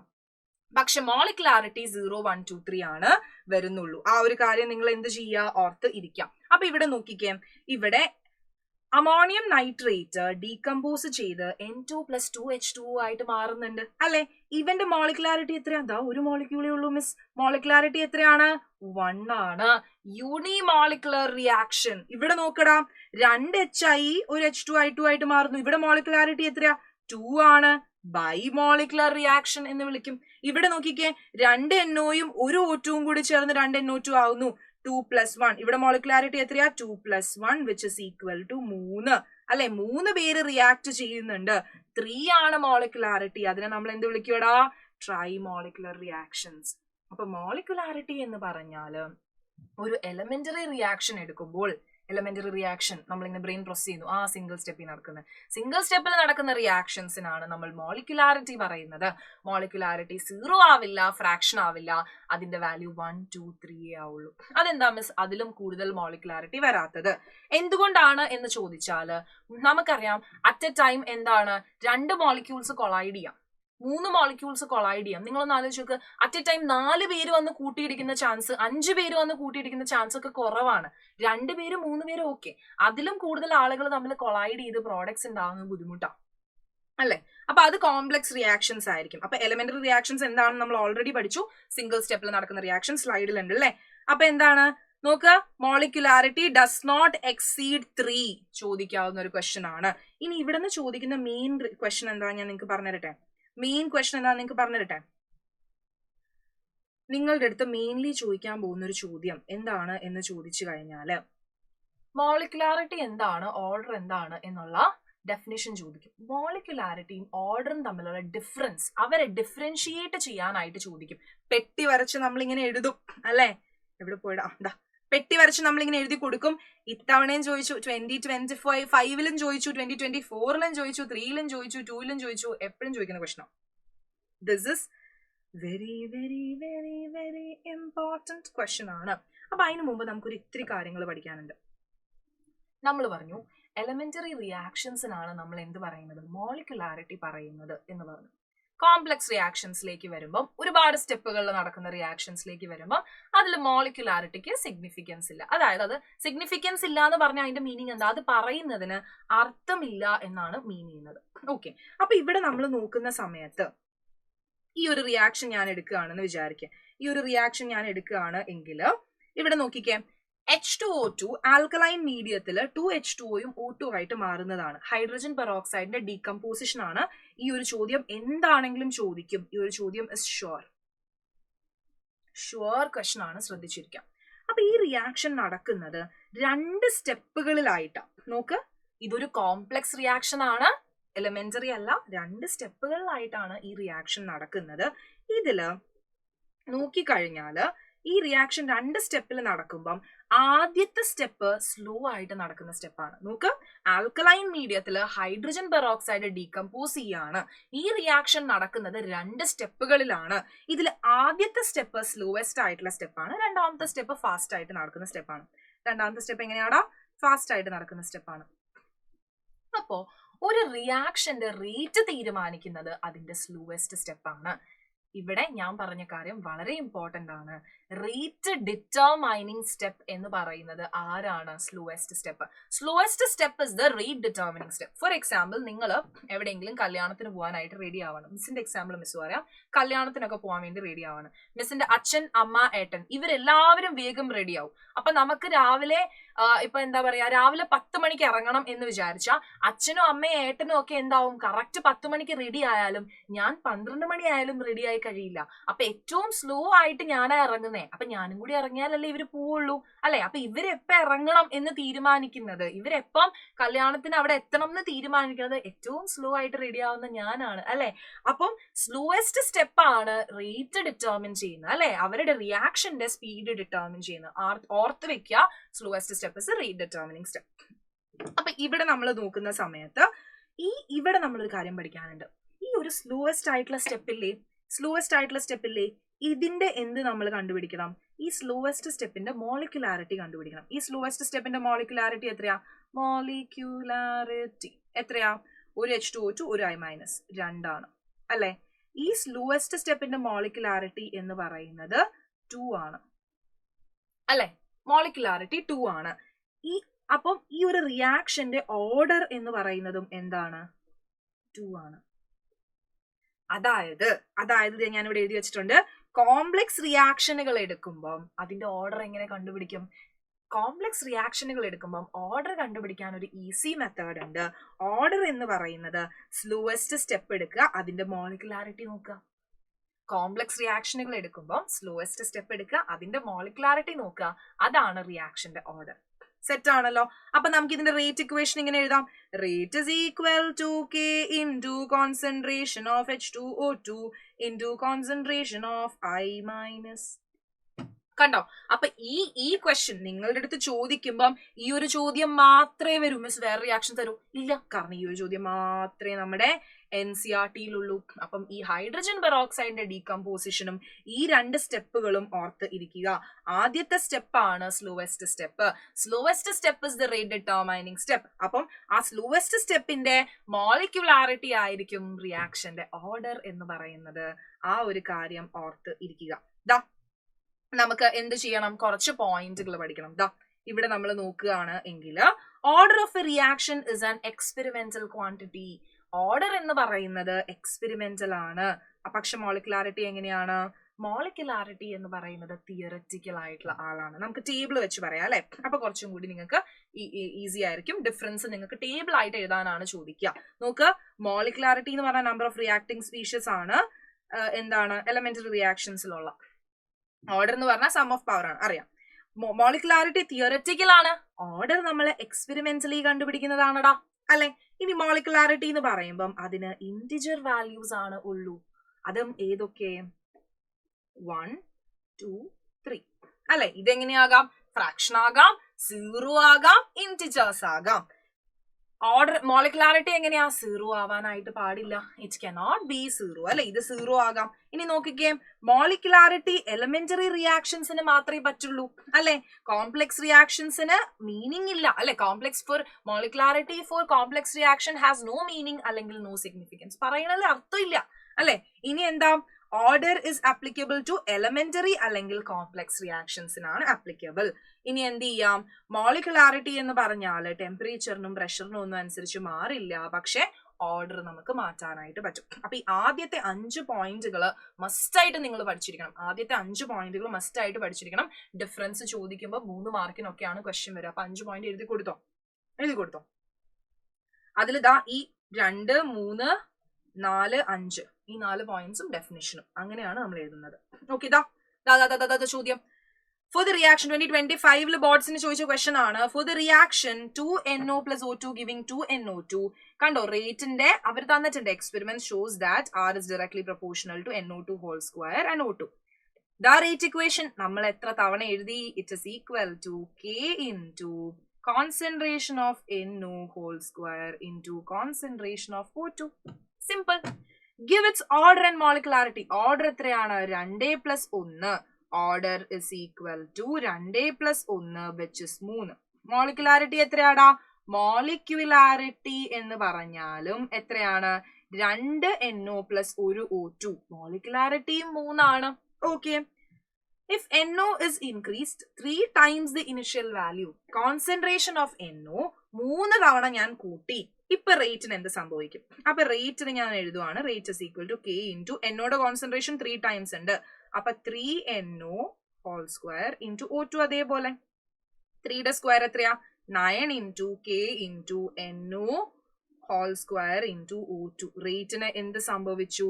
Rate increases by 9 times. If concentration of NO is increased to 3 times of its initial concentration, rate of the reaction increases by 9 times. 3 square അതായത് 9 times. ഓർത്തിരിക്കുക. ഇനി എന്ത് ചെയ്യാം? നമുക്ക് അടുത്ത ഒരു കാര്യം നോക്കാം, pseudo order reactions. Okay, pseudo order reactions നിങ്ങൾക്ക് ക്വസ്റ്റ്യൻസ് പ്രാക്ടീസ് ചെയ്യണമെങ്കിൽ എന്ത് ചെയ്യാം? ഈ 2 ക്വസ്റ്റ്യൻസ് പ്രാക്ടീസ് ചെയ്യാം. ടെക്സ്റ്റ് ബുക്കിലുള്ള ഇൻടെക്സ്റ്റ് ക്വസ്റ്റൻ ആണ് ചോദിക്കാം. ഓക്കെ, സിമിലർ നമ്മൾ ചെയ്ത പോലത്തെ സിമിലർ ക്വസ്റ്റൻ ആണ്. പ്രാക്ടീസ് ചെയ്യണമെങ്കിൽ നിങ്ങൾക്ക് പ്രാക്ടീസ് ചെയ്ത് നോക്കാം കേട്ടോ. അതിനാണ് മിസ് സ്ലൈഡിൽ എക്സ്ട്രാ ആയിട്ട് ക്വസ്റ്റൻ വെച്ചത്. ഇനി നോക്കുക, സ്യൂഡോ ഓർഡർ റിയാക്ഷൻ മസ്റ്റ് ആയിട്ട് ചോദിക്കും. ഇത്തവണ ബോർഡ്സിന് ചോദിച്ചു, ഡെഫിനിഷനും ചോദിച്ചു അല്ലെ? അപ്പൊ എന്താണ് സ്യൂഡോ ഓർഡർ റിയാക്ഷൻസ് എന്ന് പറഞ്ഞാൽ? സ്യൂഡോ എന്ന് പറഞ്ഞാൽ തന്നെ എന്താണ്? ഫോൾസ് അല്ലെ? അതായത് നമുക്ക് തോന്നിപ്പിക്കുകയാണ് അല്ലെ? സ്യൂഡോ ഓർഡർ റിയാക്ഷൻസ് എന്ന് പറഞ്ഞാൽ എന്താണ്? നമുക്ക് എന്താ തോന്നിപ്പിക്കുന്നത്? അവർ ഫോൾസ് ആയിട്ട് ഹയർ ഓർഡർ റിയാക്ഷൻസ് ആണ് എന്ന് തോന്നിപ്പിക്കുകയാണ്, പക്ഷെ അവർ ഹയർ ഓർഡർ അല്ല. നോക്കാം, are reactions which appear to be of higher order പക്ഷെ എന്താണ്? actually follows lower order kinetics. Example ചോദിക്കും. ആദ്യം ആസിഡ് ഹൈഡ്രോളിസ് ഓഫ് എസ്റ്റർ. നോക്ക്, CH3COO C2H5 ലേക്ക് ഞാൻ വെള്ളം ഒഴിച്ചു. ആ റിയാക്ഷൻ എന്ന് പറയുന്നത് ഇതിൽ എത്രയാണ്? ഇത് കണ്ടാൽ നമ്മൾ വിചാരിക്കും ഇതിൽ ആരാണ്? ഇത് ഫസ്റ്റ് ഓർഡർ ആണ്, ഇത് സെക്കൻഡ് ഓർഡർ ആണെന്ന് വിചാരിക്കും, പക്ഷെ it's A first order reaction. Rate is equal to K into CH3COO C2H5 എന്നാണ് വരുന്നത്. ഇതിന്റെ റേറ്റ് ഇങ്ങനെയാണ് വരുന്നത്. ഇവിടെ നമ്മൾ നോക്കിക്കഴിഞ്ഞാൽ ഇവിടെ കോൺസെൻട്രേഷൻ ഓഫ് H2O എന്ന് പറയുന്ന ടേം വരുന്നുണ്ട് അല്ലെ? അതിന് എന്തില്ല? അതിന് സിഗ്നിഫിക്കൻസ് ഇല്ല. ഇതിന്റെ റേറ്റ് നമ്മൾ ഇങ്ങനെയാണ് എഴുതുന്നത്.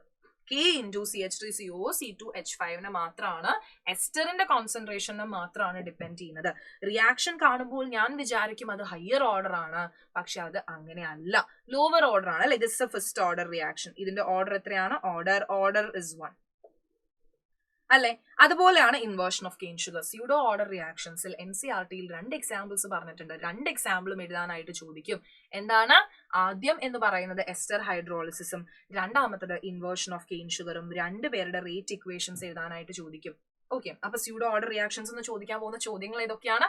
എന്താണ് സ്യൂഡോ ഓർഡർ റിയാക്ഷൻ? എക്സാമ്പിളുകൾ അല്ലെങ്കിൽ എക്സാമ്പിൾസ് തന്നിട്ട് അതിന്റെ റേറ്റ് ഇക്വേഷൻ. ഇവിടെ ഒരു കാര്യം നിങ്ങൾ ആലോചിക്കുക, നമ്മൾ നേരത്തെ ആൽക്കലൈൻ ഹൈഡ്രോളിസ് ഓഫ് എസ്റ്റർ പഠിച്ചു കുറച്ചു മുമ്പ്. അത് എന്തായിരുന്നു? ഈ റിയാക്ഷൻ ഇതൊരു സെക്കൻഡ് ഓർഡർ റിയാക്ഷൻ ആണ്. എസ്റ്റർ കാണുമ്പോഴേ ചാടി കയറി എന്ത് ചെയ്യരുത്? ഇത് സ്യൂഡോ അല്ല. ആൽക്കലൈൻ ഹൈഡ്രോളിസ് ഓഫ് എസ്റ്റർ എന്ന് പറയുന്നത് അതൊരു സെക്കൻഡ് ഓർഡർ റിയാക്ഷൻ ആണ്. വെറുതെ ആസിഡ് ഹൈഡ്രോളിസ് ഓഫ് എസ്റ്റർ, ആസിഡിന്റെ പ്രസൻസിൽ നമ്മൾ എസ്റ്ററിനെ ഹൈഡ്രോളിസ് ചെയ്യുകയാണെങ്കിൽ അത് എന്താണ്? അതൊരു സ്യൂഡോ ഫസ്റ്റ് ഓർഡർ റിയാക്ഷൻ ആണ്, സ്യൂഡോ ഓർഡർ റിയാക്ഷൻ ആണ്. ഓർത്ത് വെക്കാം. ഓക്കെ, അടുത്തതായിട്ട് നമുക്ക് നോക്കാനുള്ളത് എന്താണ്? ഇന്റഗ്രേറ്റഡ് റേറ്റ് ഇക്വേഷൻ ആണ്. അപ്പൊ ഇന്റഗ്രേറ്റഡ് റേറ്റ് ഇക്വേഷൻസിലേക്ക് നമ്മൾ നോക്കുമ്പോൾ നിങ്ങൾക്ക് ഇക്വേഷൻ ഡിറൈവ് ചെയ്യാനൊന്നും ചോദിക്കില്ല, ആകെ ഹാഫ് ലൈഫിന്റെ ഡെറിവേഷനെ ചോദിക്കുള്ളൂ. ഇന്റഗ്രേറ്റഡ് റേറ്റ് ഇക്വേഷനിലേക്ക് വരുന്ന സമയത്ത് സീറോ ഓർഡറിന്റെയും അതേപോലെ തന്നെ ഫസ്റ്റ് ഓർഡറിന്റെയും integrated rate equation by heart ചെയ്ത് പഠിക്കണം. അതേപോലെ തന്നെ ദാ ഈ ഇക്വേഷൻ ആണ് നിങ്ങൾ എന്ത് ചെയ്യേണ്ടത്, ബൈ ഹാർട്ട് ചെയ്ത് പഠിക്കേണ്ടത്. ഈ ഇക്വേഷൻ ബൈ ഹാർട്ട് ചെയ്ത് പഠിക്കുക. അതേപോലെ തന്നെ എന്ത് ചെയ്യണം എന്നറിയൂ, ഈ ഇക്വേഷൻ ബൈ ഹാർട്ട് ചെയ്ത് പഠിക്കണം. അതേപോലെ ഈ ഇക്വേഷൻ വെച്ചിട്ടുള്ള ഗ്രാഫ് വരയ്ക്കാനും കൂടെ പഠിക്കണം. വളരെ ഇമ്പോർട്ടന്റ് ആണ്. ഗ്രാഫ് ചോദിച്ച ക്വസ്റ്റ്യൻ ഇത്തവണ ബോർഡ്സിന് വരെ ചോദിച്ചിരുന്നു. അതുകൊണ്ട് ഗ്രാഫുകൾ കെമിക്കൽ കൈനറ്റിക്സിലെ വളരെ ഇമ്പോർട്ടന്റ് ആണ്. അപ്പൊ ഇന്റഗ്രേറ്റഡ് റേറ്റ് ഇക്വേഷൻ വെച്ച് ഗ്രാഫ് വരയ്ക്കാനും അതേപോലെ തന്നെ ഇന്റഗ്രേറ്റഡ് റേറ്റ് ഇക്വേഷനും പഠിക്കണം. അപ്പൊ ഗ്രാഫ് വരയ്ക്കാൻ മിസ് ഈസി ആയിട്ട് പറഞ്ഞുതരാം. ഇവിടെ നമ്മൾ നോക്കുകയാണ് എങ്കിൽ നമുക്ക് അറിയാം എന്താണ് ഇന്റഗ്രേറ്റഡ് റേറ്റ് ഇക്വേഷൻ അനുസരിച്ച് നമുക്കറിയാം എന്താണ് K is equal to R0.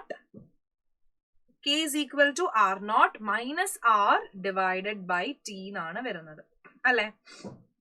ഇതിനെ നമ്മൾ നേരത്തെ പോലെ അല്ലെ തുടക്കത്തിലെ ഇക്വേഷൻ പോലെ ആക്കുകയാണ് എങ്കിൽ നമുക്ക് അറിയാം ദാ ഇക്വേഷൻ ഇവിടെ നോക്കിക്കഴിഞ്ഞാൽ കോൺസെൻട്രേഷൻ ഓഫ് ദ റിയാക്ടൻസ് അല്ലെ, കോൺസെൻട്രേഷൻ ഓഫ് ആർ എന്ന് പറഞ്ഞാൽ ടൈം ടിയിലുള്ള റിയാക്ടൻസിന്റെ concentration is equal to minus KT plus concentration of R0. ഇങ്ങനെയാണ് വരുന്നത്.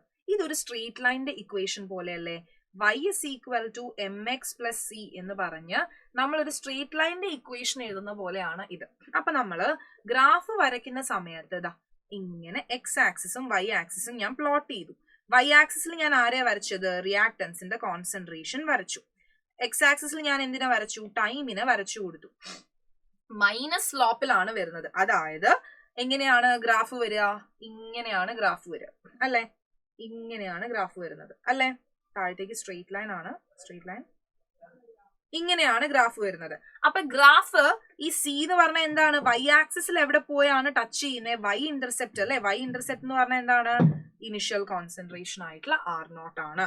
ഇതിന്റെ സ്ലോപ്പ് എങ്ങനെയായിരിക്കുംടാ, സ്ലോപ്പ് എന്ന് പറയുന്നത് m ആണ്, that is equal to minus k. Graph വരച്ചത് കണ്ടോ, ഈ ഗ്രാഫാണ് ഇത്തവണ ബോർഡ് എക്സാമിന് ചോദിച്ചത്. 2025 ബോർഡ് എക്സാമിന് ചോദിച്ച ഗ്രാഫാണിത്. സിമ്പിൾ ക്വസ്റ്റ്യൻ ആയിരുന്നു. ഈ ഗ്രാഫ് ഇതേപോലെ തന്നെ തന്നിട്ട് അവരെന്ത് ചോദിച്ചു, ഓർഡർ ഓഫ് ദി റിയാക്ഷൻ ചോദിച്ചു. നിങ്ങൾക്ക് സംശയം ഉണ്ടെങ്കിൽ ഞാൻ ക്വസ്റ്റ്യൻ ഇവിടെ എടുത്ത് വെച്ചിട്ടുണ്ട്. ദാ ഫോർ ദി റിയാക്ഷൻ ദാ R0 T, order of the reaction is എന്തായിരുന്നു, ഇത് സീറോ ഓർഡർ റിയാക്ഷൻ ആയിരുന്നു. It is a zero order reaction. അപ്പം ഓർത്ത് വെക്കുക. ഇതിന്റെ സ്ലോപ്പ് എന്താണ് എന്നായിരിക്കും ചിലപ്പോൾ ഇത്തവണ ചോദിക്കുക. എന്താണ് സ്ലോപ്പ്, മൈനസ് k ആണ്. ഇനി ഇന്റഗ്രേറ്റഡ് റേറ്റ് ഇക്വേഷൻ എഴുതാൻ പറയും. K is equal to R0 minus R by T എന്ന് പറഞ്ഞ് നമ്മൾ ഇന്റഗ്രേറ്റഡ് റേറ്റ് ഇക്വേഷനും എഴുതി അല്ലെ. യെസ്, ഇവിടെ പോയി യെസ് ഇത് എഴുതി. അപ്പം ഇന്റഗ്രേറ്റഡ് റേറ്റ് ഇക്വേഷൻ എഴുതാൻ, അതിന്റെ ഗ്രാഫ് വരയ്ക്കാൻ ഉള്ള കാര്യങ്ങൾ നമ്മൾ പഠിച്ചു. ഇനി നമുക്ക് ഇതിന്റെ എക്സാമ്പിൾ പഠിക്കണം. സീറോ ഓർഡറിന്റെ എക്സാമ്പിൾ ഏതൊക്കെയാണ്, എൻസൈം കാറ്റലൈസ്ഡ് റിയാക്ഷൻസും മെറ്റൽ സർഫസിൽ നടക്കുന്ന റിയാക്ഷൻസും എങ്ങനെയാണ് സീറോ ഓർഡർ ആണ്. രണ്ട് എക്സാമ്പിളുകൾ നിങ്ങൾ പഠിക്കണം. Decomposition of gaseous ammonia on hot platinum surface. കണ്ടോ, decomposition of gaseous ammonia on hot platinum surface എന്ന് പറയുന്നത് it is a zero order reaction. എപ്പോഴാണ്, ഹൈ പ്രഷറിൽ കേട്ടോ. ഇനി അതേപോലെ തന്നെ എന്താണ്, thermal decomposition of HI on gold surface. HIയുടെ ഡീകമ്പോസിഷൻ ഗോൾഡ് സർഫസിലും ഗേഷ്യസ് അമോണിയയുടെ ഡീകമ്പോസിഷൻ പ്ലാറ്റിനം സർഫസും എന്താണ്, സീറോ ഓർഡർ റിയാക്ഷൻ ആണ്. ഈ രണ്ട് കാര്യങ്ങളും എന്ത് ചെയ്യാം, എക്സാമിന് ചോദിക്കാം. അതേപോലെ തന്നെ ചോദിക്കാം. അപ്പൊ സീറോ ഓർഡർ റിയാക്ഷന്റെ ഇന്റഗ്രേറ്റഡ് റേറ്റ് ഇക്വേഷൻ എഴുതാനായിട്ട് ചോദിക്കാം, ഗ്രാഫ് വരയ്ക്കാനായിട്ട് ചോദിക്കാം, എക്സാമ്പിളുകൾ ചോദിക്കാം. എല്ലാം നമ്മൾ പഠിച്ചു. ഇനി ഇതേപോലെ തന്നെ ഫസ്റ്റ് ഓർഡർ റിയാക്ഷൻ എടുത്താൽ അതിന്റെ ഇന്റഗ്രേറ്റഡ് റേറ്റ് ഇക്വേഷൻ എങ്ങനെയാണ്, K is equal to 2.303 divided by T log R0 by R. R0 എന്താണ് മിസ്, R0 എന്ന് പറഞ്ഞാൽ ടൈം 0 ആയിട്ടിരിക്കുമ്പം റിയാക്ടന്റുകളുടെ കോൺസെൻട്രേഷൻ ആണ്. R എന്ന് പറഞ്ഞാൽ അറ്റ് ടൈം T റിയാക്ടന്റുകളുടെ കോൺസെൻട്രേഷൻ ആണ്. Okay set. ഇനി നമുക്ക് എന്ത് പഠിക്കണം, ഫസ്റ്റ് ഓർഡർ റിയാക്ഷൻസിനും എക്സാമ്പിളുകൾ പഠിക്കണം. അതായത് ഹൈഡ്രോജനേഷൻ ഓഫ് ഈത്തീൻ എന്ന് പറയുന്നത് ഫസ്റ്റ് ഓർഡർ റിയാക്ഷന് ഒരു എക്സാമ്പിൾ ആണ്. കണ്ടോ, ഈത്തീനിലേക്ക് നമ്മൾ ഹൈഡ്രജൻ ആഡ് ചെയ്ത് കൊടുക്കുകയാണ്. റേറ്റ് എങ്ങനെയാണ്, ഫസ്റ്റ് ഓർഡർ റിയാക്ഷൻ ആണ്. ഹൈഡ്രജന്റെ കോൺസെൻട്രേഷനെ ഡിപ്പെൻഡ് ചെയ്യുന്നില്ല. അതുപോലെ എന്താണ് എല്ലാ natural and artificial radio active decay of nucleus എന്താണ്, അതും ഫസ്റ്റ് ഓർഡർ കൈനറ്റിക്സ് ആണ് ഫോളോ ചെയ്യുന്നത്. ഡീകമ്പോസിഷൻ ഓഫ് N2O5 N2O എന്താണ് ഫസ്റ്റ് ഓർഡർ റിയാക്ഷൻസിന് എക്സാമ്പിൾ ആണ്. ഇൻവേർഷൻ ഓഫ് കെയിൻ ഷുഗറും ആസിഡ് ഹൈഡ്രോളിസിസ് ഓഫ് എസ്റ്ററും ഓർമ്മയുണ്ടോ ഈ മുഖം? സ്യൂഡോ ഫസ്റ്റ് ഓർഡർ റിയാക്ഷൻസിൽ പഠിച്ച ആളുകളാണ്. അവരും എന്താണ് ഫസ്റ്റ് ഓർഡർ റിയാക്ഷൻസിന് എക്സാമ്പിൾ ആണ്. ഓർത്ത് ഇരിക്കുക. ഇനി ഇവരുടെ ഗ്രാഫ് വരയ്ക്കാനും ചോദിക്കും. വളരെയധികം ഈസിയാണ്. നമുക്കറിയാം നമ്മുടെ ഇക്വേഷൻ എഴുതുന്ന സമയത്ത് നമുക്കറിയാം ln(r) - kT പ്ലസ് എന്താണ് ln കോൺസെൻട്രേഷൻ ഓഫ് R0 എന്ന് വരും അല്ലെ. അപ്പൊ y = mx + c എന്നാണ് വരുന്നത്.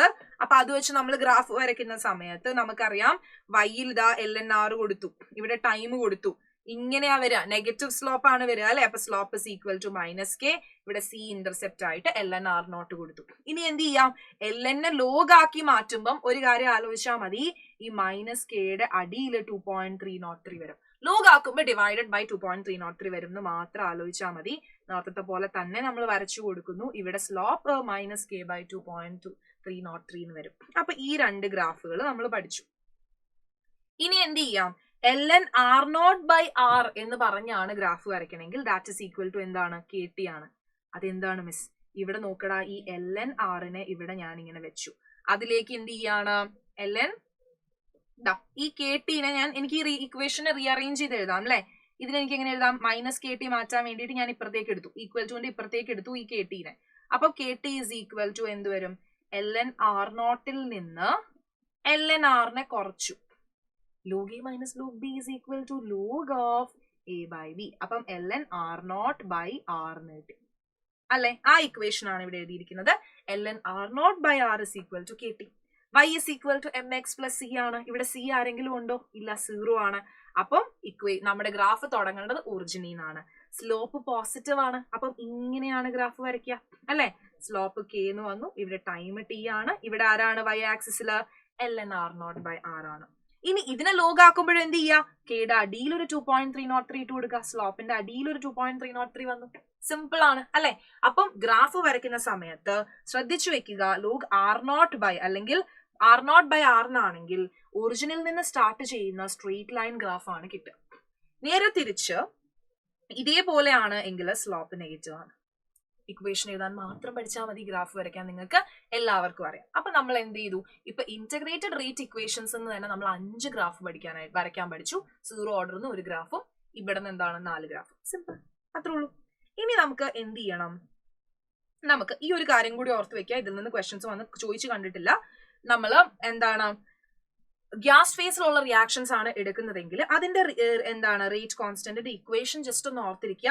എന്താ, 2.303/T log Pi/2Pi - PT. Pi എന്ന് പറഞ്ഞു കഴിഞ്ഞാൽ എന്താണ്, ഇനിഷ്യൽ പ്രഷർ ആണ്. PT എന്ന് പറഞ്ഞാൽ ടോട്ടൽ പ്രഷർ ആണ്. Pi എന്ന് പറഞ്ഞാൽ ഇനിഷ്യൽ പ്രഷർ ആണ്, PT എന്ന് പറഞ്ഞാൽ ടോട്ടൽ പ്രഷർ ആണ്. ചോദിച്ചു കണ്ടിട്ടില്ല, ഇക്വേഷൻ മാത്രം, ഈ ഒരു ഇക്വേഷൻ മാത്രം എന്ത് ചെയ്യുക, ജസ്റ്റ് ഒന്ന് ഓർത്തിരിക്കുക. ഇതുവരെ ചോദിച്ചു കണ്ടിട്ടില്ല, വരാനും ചാൻസ് ഇല്ല. ഇനി നോക്കുക, ഈ ഒരു ചോദ്യം നമ്മൾ ചെയ്തു. ഇനി എന്താണെങ്കിലും ഷുവർ ആയിട്ട് ഡെറിവേഷൻ ചോദിക്കുന്ന ഇക്കൊല്ലവും ചോദിച്ചു. കെമിക്കൽ കൈനറ്റിക്സ് ആണോ, ഹാഫ് ലൈഫിന്റെ ഒരു ഡെറിവേഷൻ ചോദിക്കും, അത് നിർബന്ധം. അപ്പം ഹാഫ് ലൈഫിന്റെ ഡെറിവേഷൻ നമുക്കറിയണം. അപ്പൊ എന്താണ് half life of a reaction, എന്താണ് ഇക്വേഷൻ, ഡെഫിനിഷൻ ചോദിക്കും. What is half life of a reaction? ഒരു റിയാക്ഷന്റെ ഹാഫ് ലൈഫ് എന്ന് പറഞ്ഞു കഴിഞ്ഞാൽ, ഞാനിപ്പോ ഒരു ഷവർമ എടുത്തു അല്ലെ, ഈ ഷവർമയുടെ ഒരു ഫുൾ ഷവർമേനെ എനിക്ക് പകുതിയായിട്ട് കഴിക്കാൻ എടുക്കുന്ന സമയം അല്ലെ, ഒരു ഫുൾ ആയിട്ട് ഉണ്ടായിരുന്ന ഷവർമേനെ ഞാൻ പകുതി കഴിച്ചു. അതേപോലെ ഒരു റിയാക്ഷൻ എടുത്തു കഴിഞ്ഞാൽ എന്താണ് ഹാഫ് ലൈഫ് എന്ന് പറഞ്ഞാൽ, it is the time in which concentration of the reactant is reduced to 1/2 of its initial concentration. ആദ്യം ഉണ്ടായിരുന്ന കോൺസെൻട്രേഷന്റെ പകുതിയാകാൻ എടുക്കുന്ന സമയം, ആദ്യം ഉണ്ടാകുന്ന കോൺസെൻട്രേഷന്റെ ഇനിഷ്യൽ കോൺസെൻട്രേഷന്റെ ഹാഫ് ആയിട്ട് മാറാൻ എടുക്കുന്ന സമയം, അതാണ് ഹാഫ് ലൈഫ്.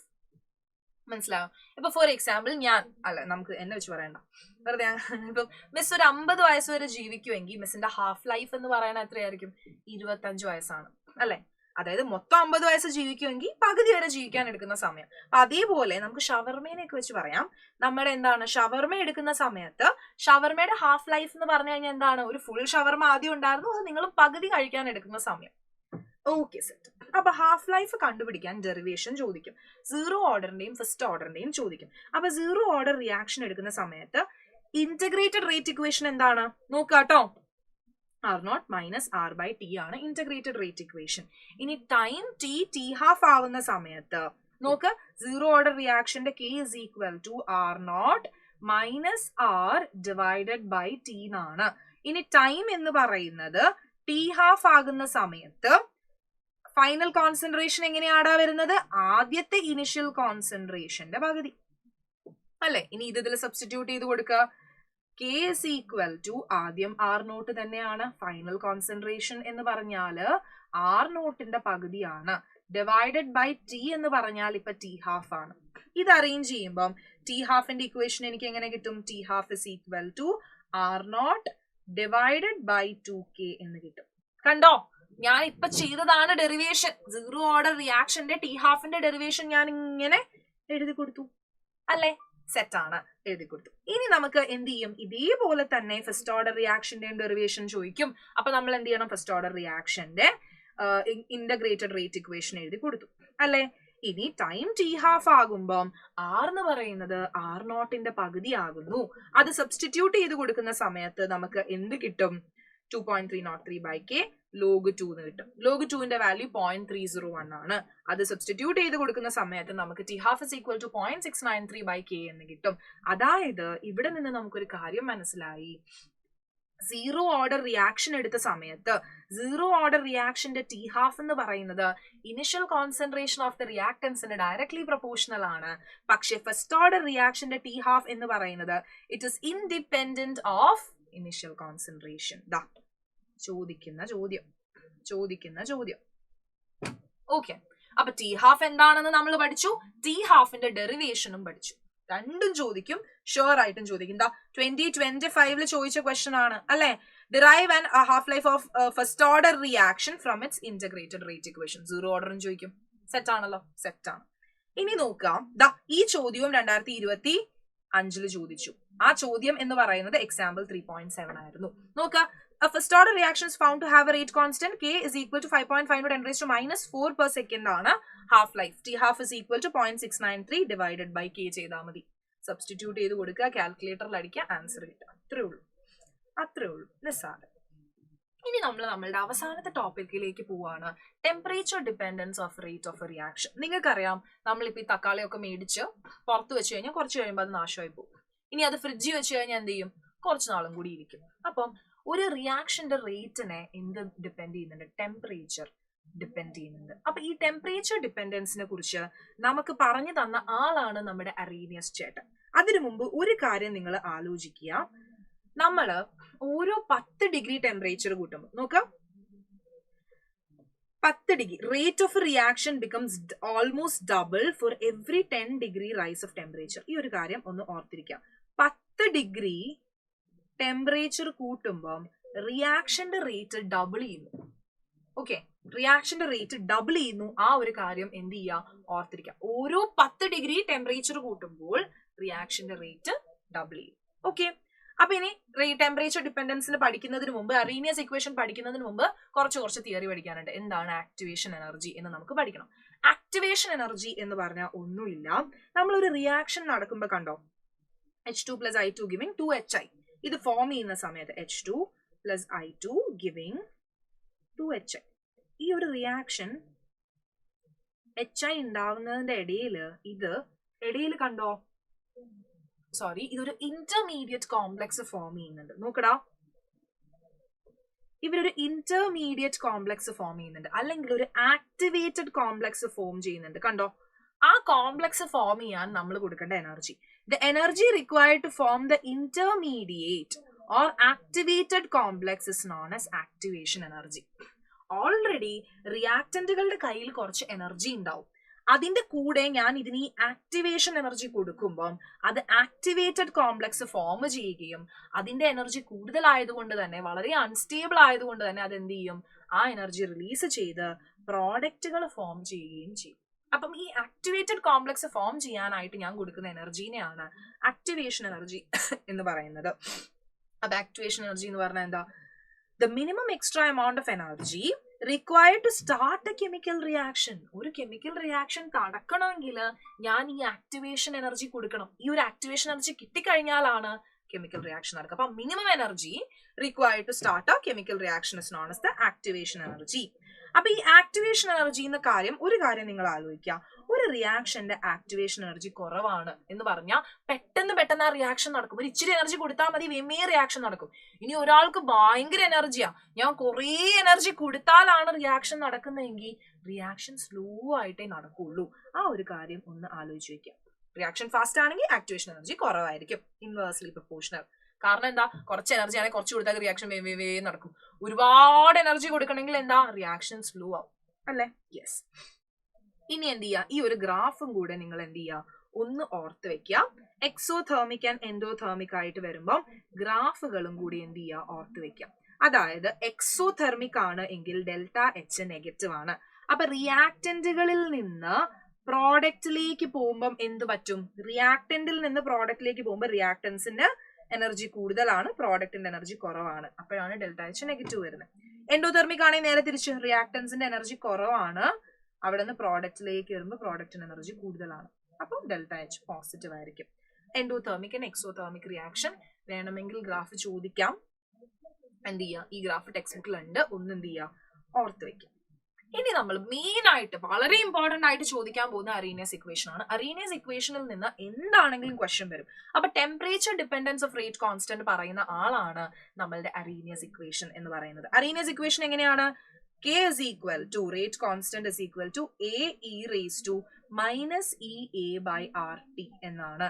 ഇതിൽ അറീനിയസ് ഇക്വേഷൻ എന്താണ് എന്ന് എഴുതി അതിന്റെ ടേംസ് എക്സ്പ്ലെയിൻ ചെയ്യൂ എന്ന് പറഞ്ഞാണ് ചോദ്യം എപ്പോഴും കണ്ടുവരുന്നത്. അറീനിയസ് ഇക്വേഷൻ നമ്മൾ എഴുതി കൊടുത്തു, ഓരോ ആളുകളെയും എഴുതി കൊടുക്കുക. K എന്ന് പറയുന്നത് റേറ്റ് കോൺസ്റ്റന്റ് ആണ്, A എന്ന് പറയുന്നത് പ്രീ എക്സ്പോണൻഷ്യൽ ഫാക്ടർ ആണ്, അല്ലെങ്കിൽ അതിനെ ഫ്രീക്വൻസി ഫാക്ടർ അല്ലെങ്കിൽ പ്രീ എക്സ്പോണൻഷ്യൽ ഫാക്ടർ ആണ്. EA എന്ന് പറയുന്നത് ആക്ടിവേഷൻ എനർജി ആണ്, ഇപ്പൊ തന്നെ പഠിച്ചേ ഉള്ളൂ. T ടെമ്പറേച്ചർ ആണ് ഇൻ കെൽവിൻ സ്കെയിൽ അല്ലെ, R യൂണിവേഴ്സൽ ഗ്യാസ് കോൺസ്റ്റന്റ് ആണ്. ഓക്കെ, ഇനി ഈ raise to minus E A by R ടിനെ നമ്മൾ എന്തും കൂടി വിളിക്കുന്നുണ്ട്, അതിനെ ബോൾസ്മാൻസ് ഫാക്ടർ എന്നും കൂടി വിളിക്കുന്നുണ്ട് കേട്ടോ. ആ ഒരു കാര്യം കൂടി ഓർത്ത് വെക്കുക. ഓക്കെ, ആ ഒരു കാര്യം കൂടി ഓർത്ത് വെക്കുക. എയും ആക്ടിവേഷൻ എനർജിയും റിയാക്ഷന്റെ ക്യാരക്ടറിസ്റ്റിക് ആണ് എന്നും കൂടി എന്ത് ചെയ്യുക, ഓർത്ത് വെക്കുക. ഇനി അറീനിയസ് ഇക്വേഷന്റെ വേറൊരു ഫോമും കൂടെ നമ്മൾ പഠിച്ചു വെക്കണം. ലോഗിന്റെ ടേംസിൽ log K is equal to minus E A by 2.303 R T plus log A എന്നുള്ള രീതിയിൽ, അതായത് രണ്ട് സൈഡിലും ലോഗ് എടുത്തു കഴിഞ്ഞാൽ നമുക്ക് കിട്ടും log K is equal to minus E A divided by 2.303 R T plus എന്ത് വരും, ലോഗ് എ എന്നുള്ള ഈ ഒരു ഇക്വേഷൻ. ലോഗ് എടുത്തിട്ടുള്ള ഇക്വേഷനും കൂടി എന്ത് ചെയ്യുക, അറീനിയസ് ഇക്വേഷനിൽ ഒന്ന് ഓർത്തിരിക്കുക. ഗ്രാഫ് ഒക്കെ വരയ്ക്കാൻ ഇമ്പോർട്ടന്റ് ആണ്. ഈ ഒരു ഇക്വേഷനും കൂടി ഓർത്തിരിക്കുക, പ്രോബ്ലം ചോദിക്കും. നോക്കുക, ലോഗ് K2 ബൈ K1 രണ്ട് റേറ്റ് കോൺസ്റ്റൻസ് തന്നു, രണ്ട് ടെമ്പറേച്ചർ ചേഞ്ചും തന്നു എന്ന് വിചാരിക്കുക. അങ്ങനെയുള്ള കേസിൽ നമുക്ക് കണ്ടുപിടിക്കാവുന്ന, അതായത് നിങ്ങളുടെ അടുത്ത് പറയും K1 എന്ന് പറയുന്ന റേറ്റ് കോൺസ്റ്റന്റ് ആയിരുന്നു, അപ്പോൾ ഉള്ള ടെമ്പറേച്ചർ T1 ആണ്, എന്നിട്ട് ടെമ്പറേച്ചർ T2 ആയി, അപ്പോൾ ഉള്ള K2 റേറ്റ് കോൺസ്റ്റന്റ് എത്രയാണ് എന്നുള്ള രീതിയിൽ ചോദ്യം ചോദിക്കാം. അപ്പൊ ഈ ഒരു ഇക്വേഷൻ ഇട്ടാൽ മതി. Log K2 by K1 is equal to EA by 2.303 R into 1 by T1 minus 1 by T2. ഈ ഒരു ഇക്വേഷൻ ഇട്ടാൽ മതി. ഇനി അറീനിയസ് ഇക്വേഷന്റെ ഗ്രാഫിക്കൽ റെപ്രസെന്റേഷൻ നമുക്ക് നോക്കണം, വളരെ ഇമ്പോർട്ടന്റ് ആണ്. എന്താ, log K versus 1 by T graph നമ്മൾ വരച്ചു. അറീനിയസ് ഇക്വേഷൻ അനുസരിച്ച് log K versus 1 by T equation നമ്മൾ വരച്ചു കഴിഞ്ഞാൽ log K versus 1 by T എന്ന് പറയുമ്പോൾ ഈ equation ln K is equal to minus EA by RT അല്ലെ, ln K is equal to minus EA by RT plus ln A എന്നുള്ള ഈ equation വെച്ചാണ് ഈ ഗ്രാഫ് വരയ്ക്കുന്നത്. അപ്പൊ ഈ ഇക്വേഷൻ വെച്ച് വരയ്ക്കുമ്പോൾ നമുക്കറിയാം y is equal to mx plus c ആണ്, ഇവനാണ് c അല്ലെ, സ്ലോപ്പ് നെഗറ്റീവ് ആണ്. അപ്പൊ നമ്മൾ ഇങ്ങനെ വരച്ചു കൊടുത്തു, slope minus E A by R ആണ്, ഇന്റർസെപ്റ്റ് ln A ആണ്, നമുക്ക് എന്ത് കിട്ടി, ഇക്വേഷൻ കിട്ടി അല്ലെ, 1 by T versus ln A equation കിട്ടി. ഇതേപോലെ തന്നെ ഇവിടെ ln ലോഗ് ആക്കുമ്പം സ്ലോപ്പിനാണ് ഡിഫറൻസ് വരുന്നത്, slope minus E A by divided by 2.303 ആവും. ഇത് ഒന്ന് ഓർത്തിരിക്കണം, എക്സാമിന് ചിലപ്പം ചോദിക്കാം.